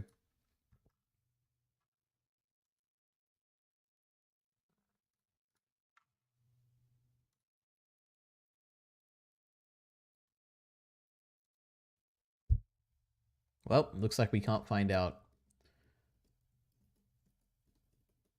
Anyway, let's just keep watching then. We'll assume it's correct, but it did... Anyway, we'll assume it's correct. Although some saw it as dystopian, Amazon promoted their Just Walk Out technology as a utopian magical solution powered by AI. And herein lies the problem. Companies often leave out critical information in the fine print. It wasn't until 2023 that Amazon mentioned the use of the 1,000 people in India. And it gets worse. According to a report by The Information, other companies were swindled too. Quote, 30 stores operated by other companies in the US, sports stadiums, 12 airports, and 1 university all used Amazon's walkout technology. And this is where things become murky. When companies promise revolutionary technology, but don't follow up on them, it creates distrust, but it can even spoil it for those who are doing legitimate work in the field. With the AI revolution that we've seen over the past couple of years, there needs to be a more critical look at what's happening with AI. In this episode, we'll see the reasons for the AI hype and its consequences. We'll look at if there is indeed an AI bubble, and what real-world impact that might be having. This includes companies releasing half-baked AI products, but also simultaneously replacing actual humans with AI. It's a dichotomy of the industry, so sit back and relax as we make sense of it all. Well, it doesn't sound too interesting. There's probably an AI bubble, right? Almost certainly. Or like copy paste the link into Google Translate website and it'll bypass the paywall. I don't know. I doubt that. I think the problem is it's like a subscription based article, so you need like an actual subscription to see it. Like it's not just like a disable ad blocker to like read it or anything like that.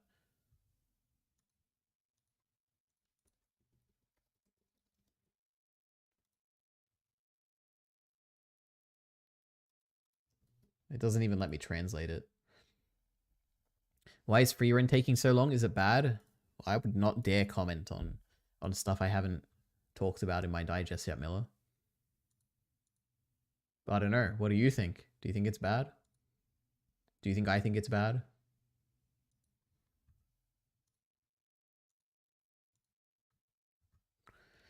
Maybe I gave up on it. Maybe I dropped it. Maybe I didn't. Maybe it's the best thing I've ever seen, so I decided I want to take it slowly.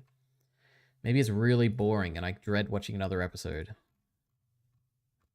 Maybe it peaked and all the episodes since have been really like mid and I'm like, I guess I have to finish this, but first let me finish Invincible and watch Dune and etc. etc.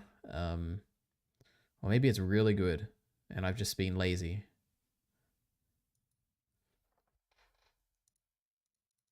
Anyway, well, next time, assume I've read that article and we'll talk about it.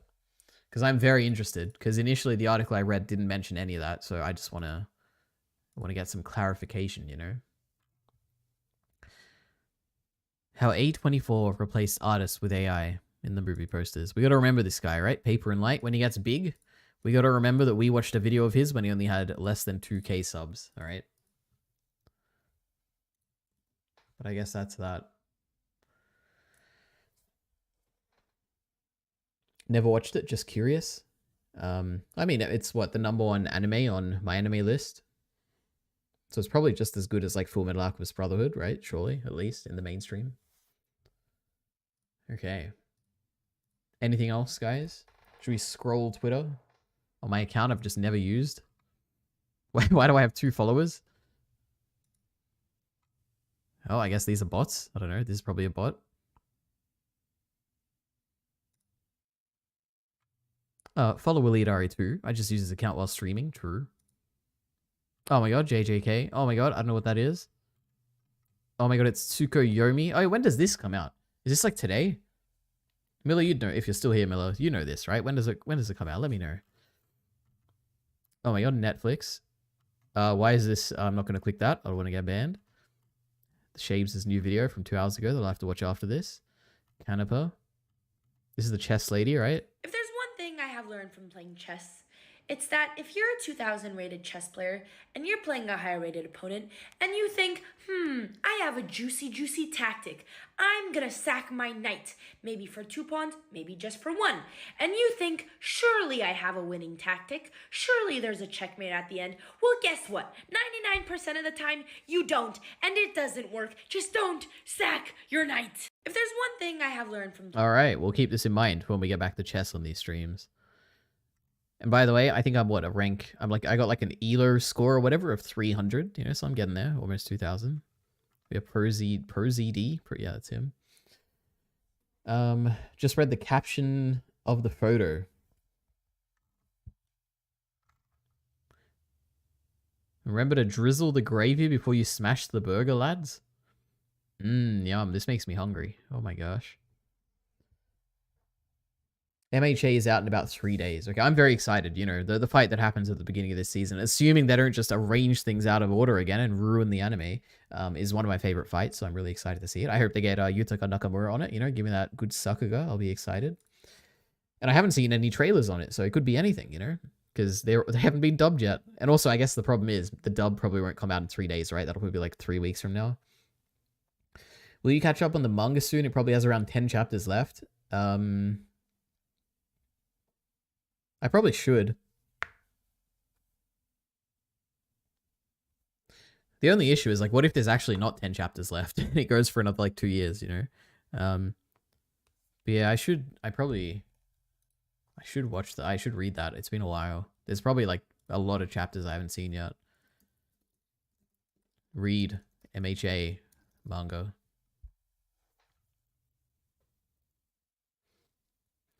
The Star and Stripes fight better be Endeavor versus versus High Ends level. Yeah, that would be sick. It was so fun to read it. Oh my god. You know they're making another movie, so I've seen all the Sakuga bros saying this season will look bad. Damn, that sucks. Why the hell are they making... Alright, wait a minute. They want money. Movies make money. It makes sense. Alright, you know what? Why am I blaming them? Well, the movies have actually been good. I've enjoyed all the movies. I don't know. I was about to complain about like why they're making a movie, but then I realized I'm not like a Sakugaboro person, you know? How's Monker Man doing? He's our Sakugaboro guy, right? There are What's this? Ignorant Bleach fan casually insults a legendary artist. 23 minutes long. Oh boy. What is this about? Oh boy, a mainstream shonen anime content creator does not know anything about art and animation. Now you guys might be thinking, well, in other years, Is it me? Is it me? Oh my god. Floor is made out of floor. What the fuck is new? And yes, that is true. And if you followed me for any bit of time, you would know that I'm not the kind of guy who makes videos such as this one. I'm not the kind of guy who goes after other people. I'm not the kind of guy who's into drama. I have a very specific niche. True. It's not drama because he truly cares about the map of people, you know? True. Remember that one time he like... I'm pretty sure this was him, but maybe you can correct me, it was someone else. Some guy on Twitter, some mapper artist or something, tweeted out something ambiguous about killing himself, and this guy's like, no, please, no. You make some of the best art or something. What was it? Wait a minute. JJK fan tweet kill himself response. It couldn't have been him, right? There's no way. Why am I thinking it's him?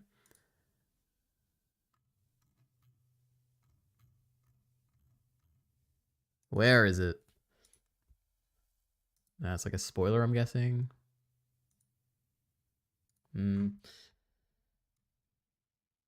Now I need to like clarify, because what if it's actually not him? Oh my god. Twitter. Kill himself. It couldn't be Monker, man. There's no way. I must be mixing it up with someone else. The more I think about it, I'm like, there's no way it was him. Would it be in images, or am I going to get like spoilers for JJK? Someone find the link, right? We need this. I need to clarify.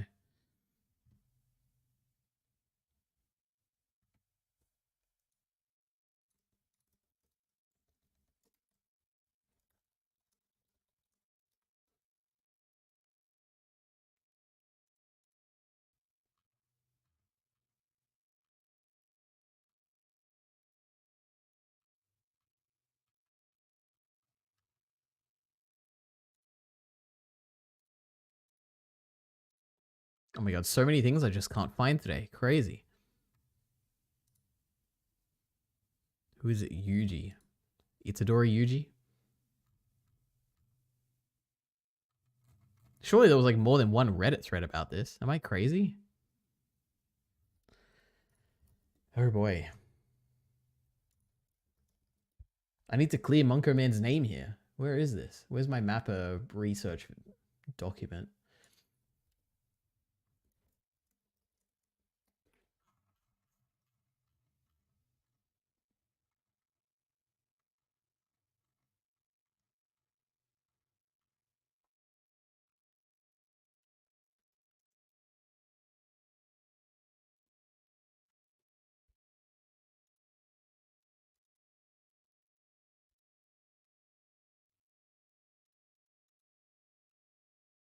Oh, it's been removed. It's that way. Why was it removed?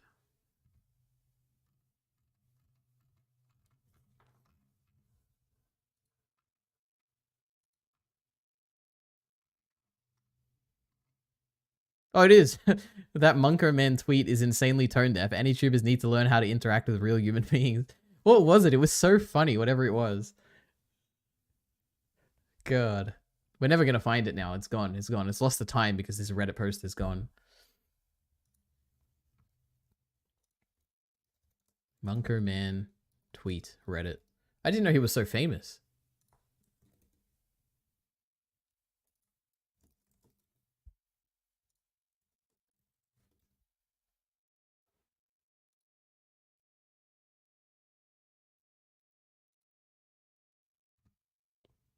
Hyperventilating. I don't know. It's lost the time. He said something goofy, right? And it was really funny. Anyway. In the type of content that I want to create, and I stick to that. So why am I doing this? The reason is that the person in question has a relatively large fan base, and thus his words carry weight. And what he did was blatantly insult one of the greatest artists in the medium. And I know, James, you're probably screaming at the monitor right now. It was just my opinion.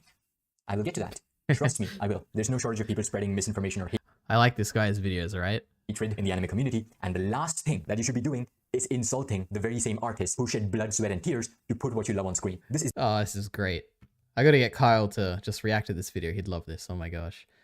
The first and last video that I'm going to make about this discourse, by the way. I'm not going to bother making anymore. Even if he replies to this or reacts to this, whatever he does. If I go after every single dumb take about animation, I'm not going to have time to create content that I love making. Because this guy is very clearly a narcissist. Again, I'm not just talking out of my ass when I say that. I'm going to back up everything that I say with factual information, unlike what James did with Oh my god. I hope he makes a video about me one day if I say something really dumb. That'd be so cool. Oh my god. Wait, why is it? Do you think this is an ironic copyright statement thing? Or do people actually just like put this here unironically? Nishio. And yeah, arguing with a narcissist is pointless, but it is a lot of fun to point and laugh at them. If you've never tried it, I recommend that you give it a try. In fact, let's start with this video. Let's point and laugh at James Hansen. So this whole situation started with a tweet that he made, but he also made a whole video about this, which is why the reason I'm making this video. He couldn't just leave it at a stupid ass tweet. He had to justify his actions in a 15-minute video. But before I get to the video, let's start with the tweet. Let's see what sparked this entire situation. And here you have your average uneducated anime fan in his natural habitat. We should stop the Boruto character designers from touching anime. Talking about people in much higher positions than him and just being ignorant in general. So there are a lot Alright, it's not too bad yet. Let's see where he takes with this tweet. Firstly, the thing that he says is we should stop the Boruto character designer. It's like the classic like normie opinion of like still frame from an anime looks bad, therefore anime bad, you know? From touching anime. So he's reduced the legendary artist Tetsuya Nishio into the Boruto character designer. And yes, he'll defend that statement by saying that he's literally correct, but you clearly looked him up to see that he is in fact the Boruto character designer. You could have just said Nishio-san. It would be like me not referring to you as James, but instead just Bleach fan. In fact, that's just what I'm going to do for the rest of this video, including the title of this video. Secondly, that's great. That's very petty. I like it. Oh my god. You know they're making it. I read that already. The guy he's talking about in this is a genuine cancer. That I'm sure he is. Yeah. Of course, you say Boruto character designer, nothing else, because Nishio has of course done nothing else in his career. It's because people, including me, associate Boruto with negativity. I get it, it's not a very good show. And what Bleach fan here is doing is getting all those Boruto haters on his side by making this about Boruto. He's not hating on Nishio. I mean, god, how can he do that? Not Bleach fan. Bleach fan is a nice guy. He would never hate on any artist. I love it. This is the calling him Bleach fan because he didn't know the character designer's name. That's so funny. He's just hating on Boruto's character designer. Mr. Bleach fan, the right way of saying this would have been at the nicest end. I don't like Kaiju number 8 designs. At the worst end, Kaiju number 8 designs suck ass. They're fucking awful. You went past that to insult the artist himself. Again, I can feel the Oh, it's so funny. God, imagine caring about like. Okay, wait, no. Now I'm gonna sound like I'm against Munker Man. I like Munker Man. This is good. He is probably gonna be on the right side of history on this one.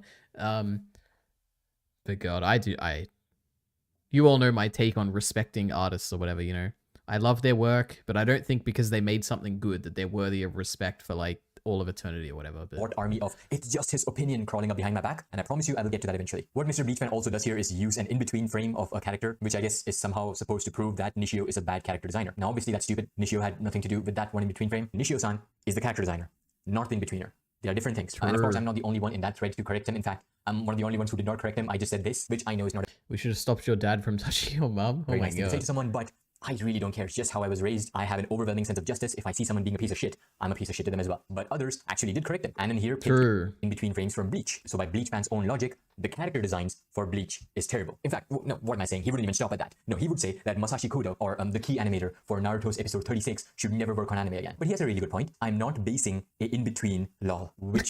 Wait, was that the guy making the tweet? Again, I'm not basing it in between. Which makes no sense. And I'm not just talking about the grammar. I can try to understand what he meant here, but even then that would be wrong because you are, in fact, basing a in-between here. And he was lucky enough to be corrected by Iwakoi, someone who has a really good understanding of what being an animator is about. Iwakoi said, you should stop providing an in-between frame as an argument and then saying it is not an in-between, because it is. And he provided the keyframe, which obviously is not off-model, to which Mr. Bleach replies, maybe... Wait, where's the... Can't he just, like, show the clip? Is he going to show it? you should try understand English better, as I didn't mention once anything about animation or in between, but in fact character design. First of all, the irony of him bringing up someone not understanding English when he just said this. Secondly, just the idea of what he's doing here. I didn't say anything wrong. You just don't understand English. I'm just going to gaslight you into believing that you are the problem. That is the textbook definition of narcissism. Iwakoi then continued to be as respectful as he possibly could be in trying to educate this guy, but of course, you can't change the mind of someone who believes he is right. Oh no, sorry, he doesn't think he is right. He just believes that he deserves to have his own opinions. That gets me into his video now. I'll try to keep the insults at minimum. Maybe a dozen insults might come out, but I'll try to. If anyone knows what that scene is, I'd be very curious to watch it, to see if it is like a valid thing to be weirded about, even though he's obviously directing the hate towards the wrong person, but I would be interested. Most of them out. Oh boy, Kaiju number 8 looks ass. This guy reminds me of Chibi Reviews for some reason. I don't know why. And then they dropped the character designs, and boy, did they look fucking ass. And I was not the only person to ever say this. And I never really went out of my way to ever go look up who did the character designs, because it just looked like the most generic NPC faces with different coloured hairs and his gold, like these twin tails, whatever, right? It doesn't really matter. So James starts out by talking about the designs not being appealing to him. That's totally fine. If you don't like something, that's fine. As we know at this point, Monkey should have figured it out, that he is a Bleach fan, so we know what his taste of character designs and art and animation is like in general. That being one-to-one accuracy to the source material. No off-model designs, nothing creative. You don't even need movement, honestly. Just have colored manga panels, and that's good enough for him. For a lot of us, that is shit. I much prefer Nishio's take on character designs, the way he makes them bouncy, full of personality, and super expressive, instead of making them look like cardboard cutouts. But hey, that is fine. Different people have different tastes. He goes on to talk about why I'm on the edge of my seat. What's he gonna say that set him off here? It's like Kaiju number 8, which is completely unrelated, about the artist who made the opening and ending, and the fact that it's streaming on X. Like, who gives a shit, man? Here's the thing about me and Twitter, right, is that when I make a tweet, usually it's just for shits and giggles. Either I'll say something that is contextually like sound, or like, hey, here's some information, or hey, here's an opinion. And then there's other times where I'm just shooting the shit, right? Unless it's a YouTube video, that's when I'm actually like really serious, because it's important that I use my audience for good. And Twitter is just kind of like, here's what I'm doing today, whatever. What does he think, that the people on Twitter are like a different species or something? Like we are lizard? Well, people engage with different platforms in different ways, right? Like he's saying he doesn't take it seriously. I'm sure he understands this. It's just he's playing a character or whatever. Like I understand. It's toward the end of Kaiju 9. Kaiju 9. I don't even know what that is. Oh, Kaiju 8, episode 2. All right, let's see. I assume it's on Crunchyroll. Kaiju number 8. Oh my god, there's only 3 episodes? What the heck? Oh, I should mute this. Okay. Let's have a look. Okay, she's standing there. They're freaking out. She's pushing a car off her head or something. I assume it's this scene. I guess it could be an earlier scene. Wait, what's the panel here? What does it look like? Okay, the hair's like to the side. Let's have a look. Well, I'll have a look and you guys will just listen to my descriptions. She's turning around. She flicked her hair. It looked a little weird, but it could be because I'm hyper focusing on it. I don't know. Like, it's not like it's an action. Oh, I need to show it though. Oh my god, wait. Kaiju number 8, episode 2. Maybe they have the footage in here. I'm a genius. It has to be in here. Bitch. God, we love reaction videos. They give us the stuff we want. Is she gonna turn around?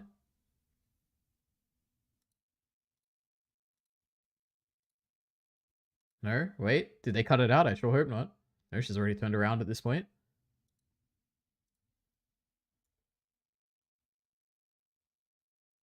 See, that was a little weird, right? I don't know. I think it's I can understand why someone would see that and like be taken out a little bit, but to blow it up to be like, this is terrible, the designs are terrible, I can't believe it. That's pretty crazy to me. But like her eyes get a bit wide apart and she looks a bit goofy for like a few frames, and I don't even have to pause it to see that. But yeah, that's the issue of an in-betweener, yeah, of course. But it's a little bit goofy, right? At least we can acknowledge that, surely. Anyway, let's go back to this. People on Twitter sticking our tongue out every few seconds, closing our eyelids sideways until, oh, Mr. Bleach uploaded on YouTube. Let me just wear my human skin before I hop on there. I don't know why you think of a platform differently makes you obligated to change your personality from generic Bleach fan. It's not obligated. It's just like how you do it, you know? I'm different on Twitter. I think most people would be like different across different platforms, right? Generic disrespectful Bleach fan. So I get a message from my friend Jonathan. Oh, wait, hold on, pause. The majority of the part, it looks okay, but that was noticeable to me. Like, I was like, I knew the moment. Oh, he has the clip here. Oh my god. Yeah, do you know what you're noticing? That's movement. There's build up and release with the way she's moving her head instead of a PNG. Yeah, but it looks a bit weird because it's like a head, the eyes look far apart, Being right? dragged from one point to the next, there's bounciness to that move. It's animation. That is what you're noticing. Like, fucking hell. Like, here's the thing for me, right? It's like, I went out my way to see who the character designer was after this because I was just like, God, this is just so bad. Damn, he went out of his way to check the credits list? That is crazy. He's so awesome and knowledgeable for not saying that, production IG is bad at animation. Because, yeah, it's not the studio. It is the individual artist. And he went out of his way to learn about the industry that he makes a living out of by making content. And I was like, it's Nishio Tetsuya. And I've said this from the get-go. I don't care what all these other fucking animators want to say, whatever. This guy, Wait.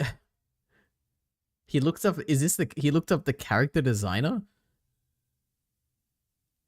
Wait a minute, wait. Next, there's bounciness to that move. It's animation. That is what you're noticing. Like, fucking hell. Like, here's the thing for me, right? It's like, I went out my way to see who the character designer was after this because Why would, okay, now I understand a little bit. But this is more like ignorance than like ill intent, right? Like, why would you look up the character designer? Because one of the shots in emotion, like, look bad. I was just like, God, this is just so bad. Damn, he went out of his... But that really just does, it does feel a lot like ignorance. But I guess ignorance can be mean-spirited. Way to check the credits list? That is crazy. He's so awesome and knowledgeable for not saying that, production IG is bad at animation. Because, yeah, it's not the studio. It is the individual artist. And he went out of his way to learn about the industry that he makes a living out of by making content. And I was like, it's Nishio Tetsuya. And I've said this from the get-go. I don't care what all these other fucking animators want to say, whatever. This guy, he was good on Ghost in the Shell, great character designs on Naruto too, but the moment Boruto hits, it's like it was this washed out, low detail. And you know what? I'm not even the one to say it, but I'm not even gonna hear. Boruto fans said that these character designs are just dead. There's no detail. The colors are washed. Line art's very, like, shady at best. And let's actually analyze the critique that he has for Boruto's character. I never even considered, is the coloring of a character incorporated in the character design? For some reason, I would just treat like coloring different, but I guess it makes sense, because if I thought character designers would just do like the actual, like, I don't even, what does a character designer do? I would assume they just do like the sketch of, not the sketch, but like the outline of the character and leave the coloring to someone else, but maybe not. Character designer, and also I have to leave pretty soon. Jesus, getting late. What does a character designer do? Anime. I'll trust Reddit more than some random article. But it has 0 upvotes, so who knows? Anime designs and manga designs have their differences. Look closer and you'll see the anime character designer adapts the manga designs to be suitable for the anime while still understanding the spirit of the original work. Shirobaka has an episode on this where the mangaka kept rejecting the character designs. It slows down the production, etc. And of course, different shows will take different approaches in how closely they follow the original designs. Sakuga Boro. Oh, it's the website I hate. Oh my god, it's Gurren Lagann. That's so cool. Wait, it is, right? Yeah, it has to be. Color. Lastly, let's touch a bit on color designs. Productions tend to have a figure along the line of color designer who comes up with the general concept for the palette to be used in that work. That's obviously a thematic factor to this, choosing from the vivid colors that pop out of the screen for lively anime to appropriately moody worlds. But it's also very concrete worlds, since the detail and the exact tone for the every element, the reference sheets they create for the painters list all the colors to be applied to the specializing painting software, etc., etc. Well, I don't know. The character sheets colored in, so I assume so. Yeah, perhaps. Why do you hate Sakugaboro? Because they had that. I mean, in fairness, I don't hate Sakugaboro. It's just that one article we read about AI that was clearly very ideologically driven and it wasn't very well thought out.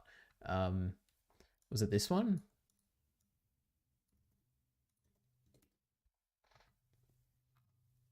Systematic lack of training, convenient technology advances, and the destruction of the technique and knowledge in the anime industry. I think they I don't know, it was like a very, I don't even know how to talk about this. But maybe I was wrong back then, I don't know. When asked about the future of the anime industry in an interview for Kyoto College, veteran director Tatsuya Ishihara took a moment to ponder about the recent craze about and fury against the potential role of AI in animation. While many, not all artists have expressed their worries and pushed back against aspects like the exploitation of people's work without consent, cynical studio figureheads have been much more receptive to its adoption. Production IG and Studio Wit CEO George Wada, notorious for an aggressive production stance and making overwork something between a point of pride and a joke, is ironically quick to invoke poor working conditions to justify decisions and simply lie to unaware audiences to earn their sympathy. It's no surprise that he's one to embrace AI as an inevitable force for good to fight against brutal schedules imposed by a nebulous other. Mind you, these aren't simply thoughtless answers given during conventions, as he currently partnered with Netflix to have Studio Wit produce a short film where a portion of the backgrounds were generated through AI, judging by the results and experiment creating something that is visually and morally hideous in an equally manner. So I guess I remember this line bothering me a bit. Because when you look at it, it's like, it's okay. Like, it's not terrible. It's definitely not hideous. Like is this hideous?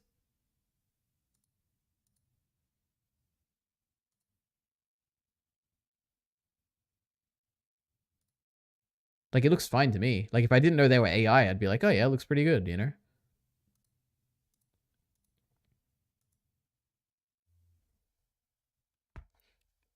Like, for me to watch this and then see their description of it, which is that judging by the results, an experiment creating something that is visually and morally hideous in equal manner. I'm like, oh, so this is like an opinion piece, right? Like, this isn't like they clearly have like a hate for AI and they're writing something that supports their opinion here, right? And the other thing, again, just, and in fairness, I think I stopped reading after like two paragraphs here, so maybe the rest of the article is really good. But they talked about how, I think the general idea is that they were saying how, I think the people at the studios were saying how the AI can be used to help alleviate like really a lot of people like working long hours or whatever by reducing the amount of work they have to do. Which is, to me, seems like a very reasonable thing to want as like a person in charge of a bunch of people, to have AI that can make their job easier. But I think this article was talking about how that's like a very bad mindset or something. I don't know. Other studio presidents cut from the same cloth, such as Mappa's Manabu Otsuka, have repeatedly stated that they consider AI worth pursuing with the application in when the application in anime is feasible. In his eyes, this will be the way to produce anime with smaller teams, something you apparently can't achieve with healthier. Yeah, so this, like, again, like, is this line necessary, really? Something you apparently can't achieve with healthier schedules and better control of the scope of your projects and studio altogether, against all evidence that proves that it's possible. Like, it's just like the just the tone of this like entire article. And when I say entire article, obviously I don't mean the whole article because I haven't read it. You know, the tone of this like first two paragraphs, you know, it reminds me of those like video essays I watch where it's like you have to be inside of the, like, you have to kind of agree with everything the YouTuber says and be in on all the inside jokes and references and stuff. And when they make fun of like the other, it's kind of very otherizing, and it makes me like think, why am I watching this video? Like, it's so cringe. It's like this website, this, and also they've made a few other like articles about Mappa, which I don't think are very, I think they're equally as bad. Yeah, that's why I don't like this article. And especially the guy who writes this, I think Kevin or whatever on Twitter.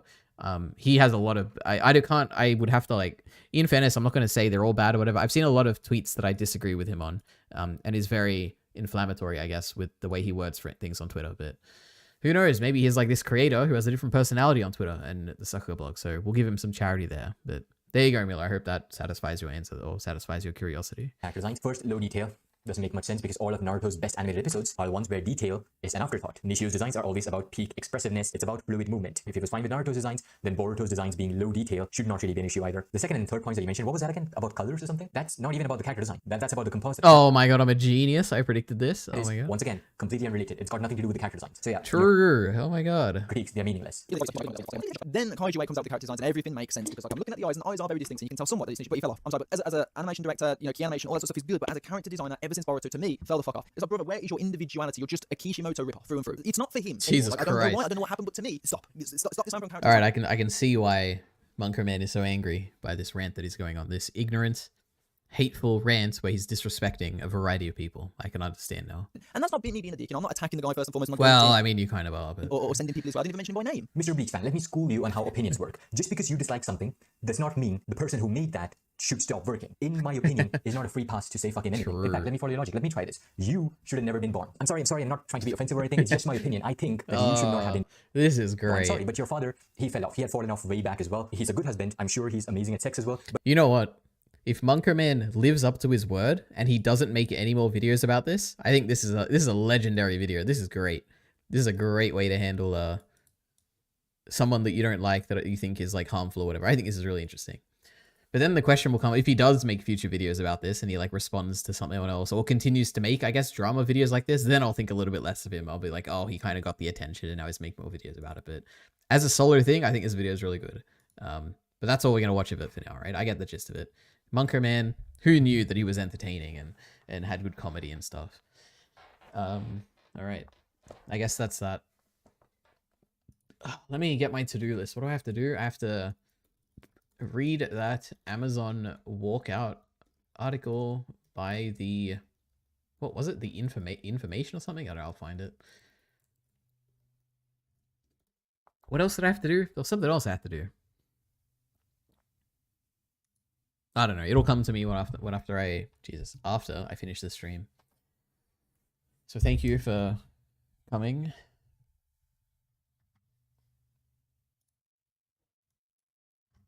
See you next time. I don't know. I don't know if I'll be streaming tomorrow or if I'll be recording Chainsaw Man tomorrow with Kyle, or maybe we'll both stream after that. I have no idea. Or I'll be recording Digest tomorrow. So who knows? Maybe I'll stream tomorrow. Maybe I won't. But yeah. Anyway, see you when I see you.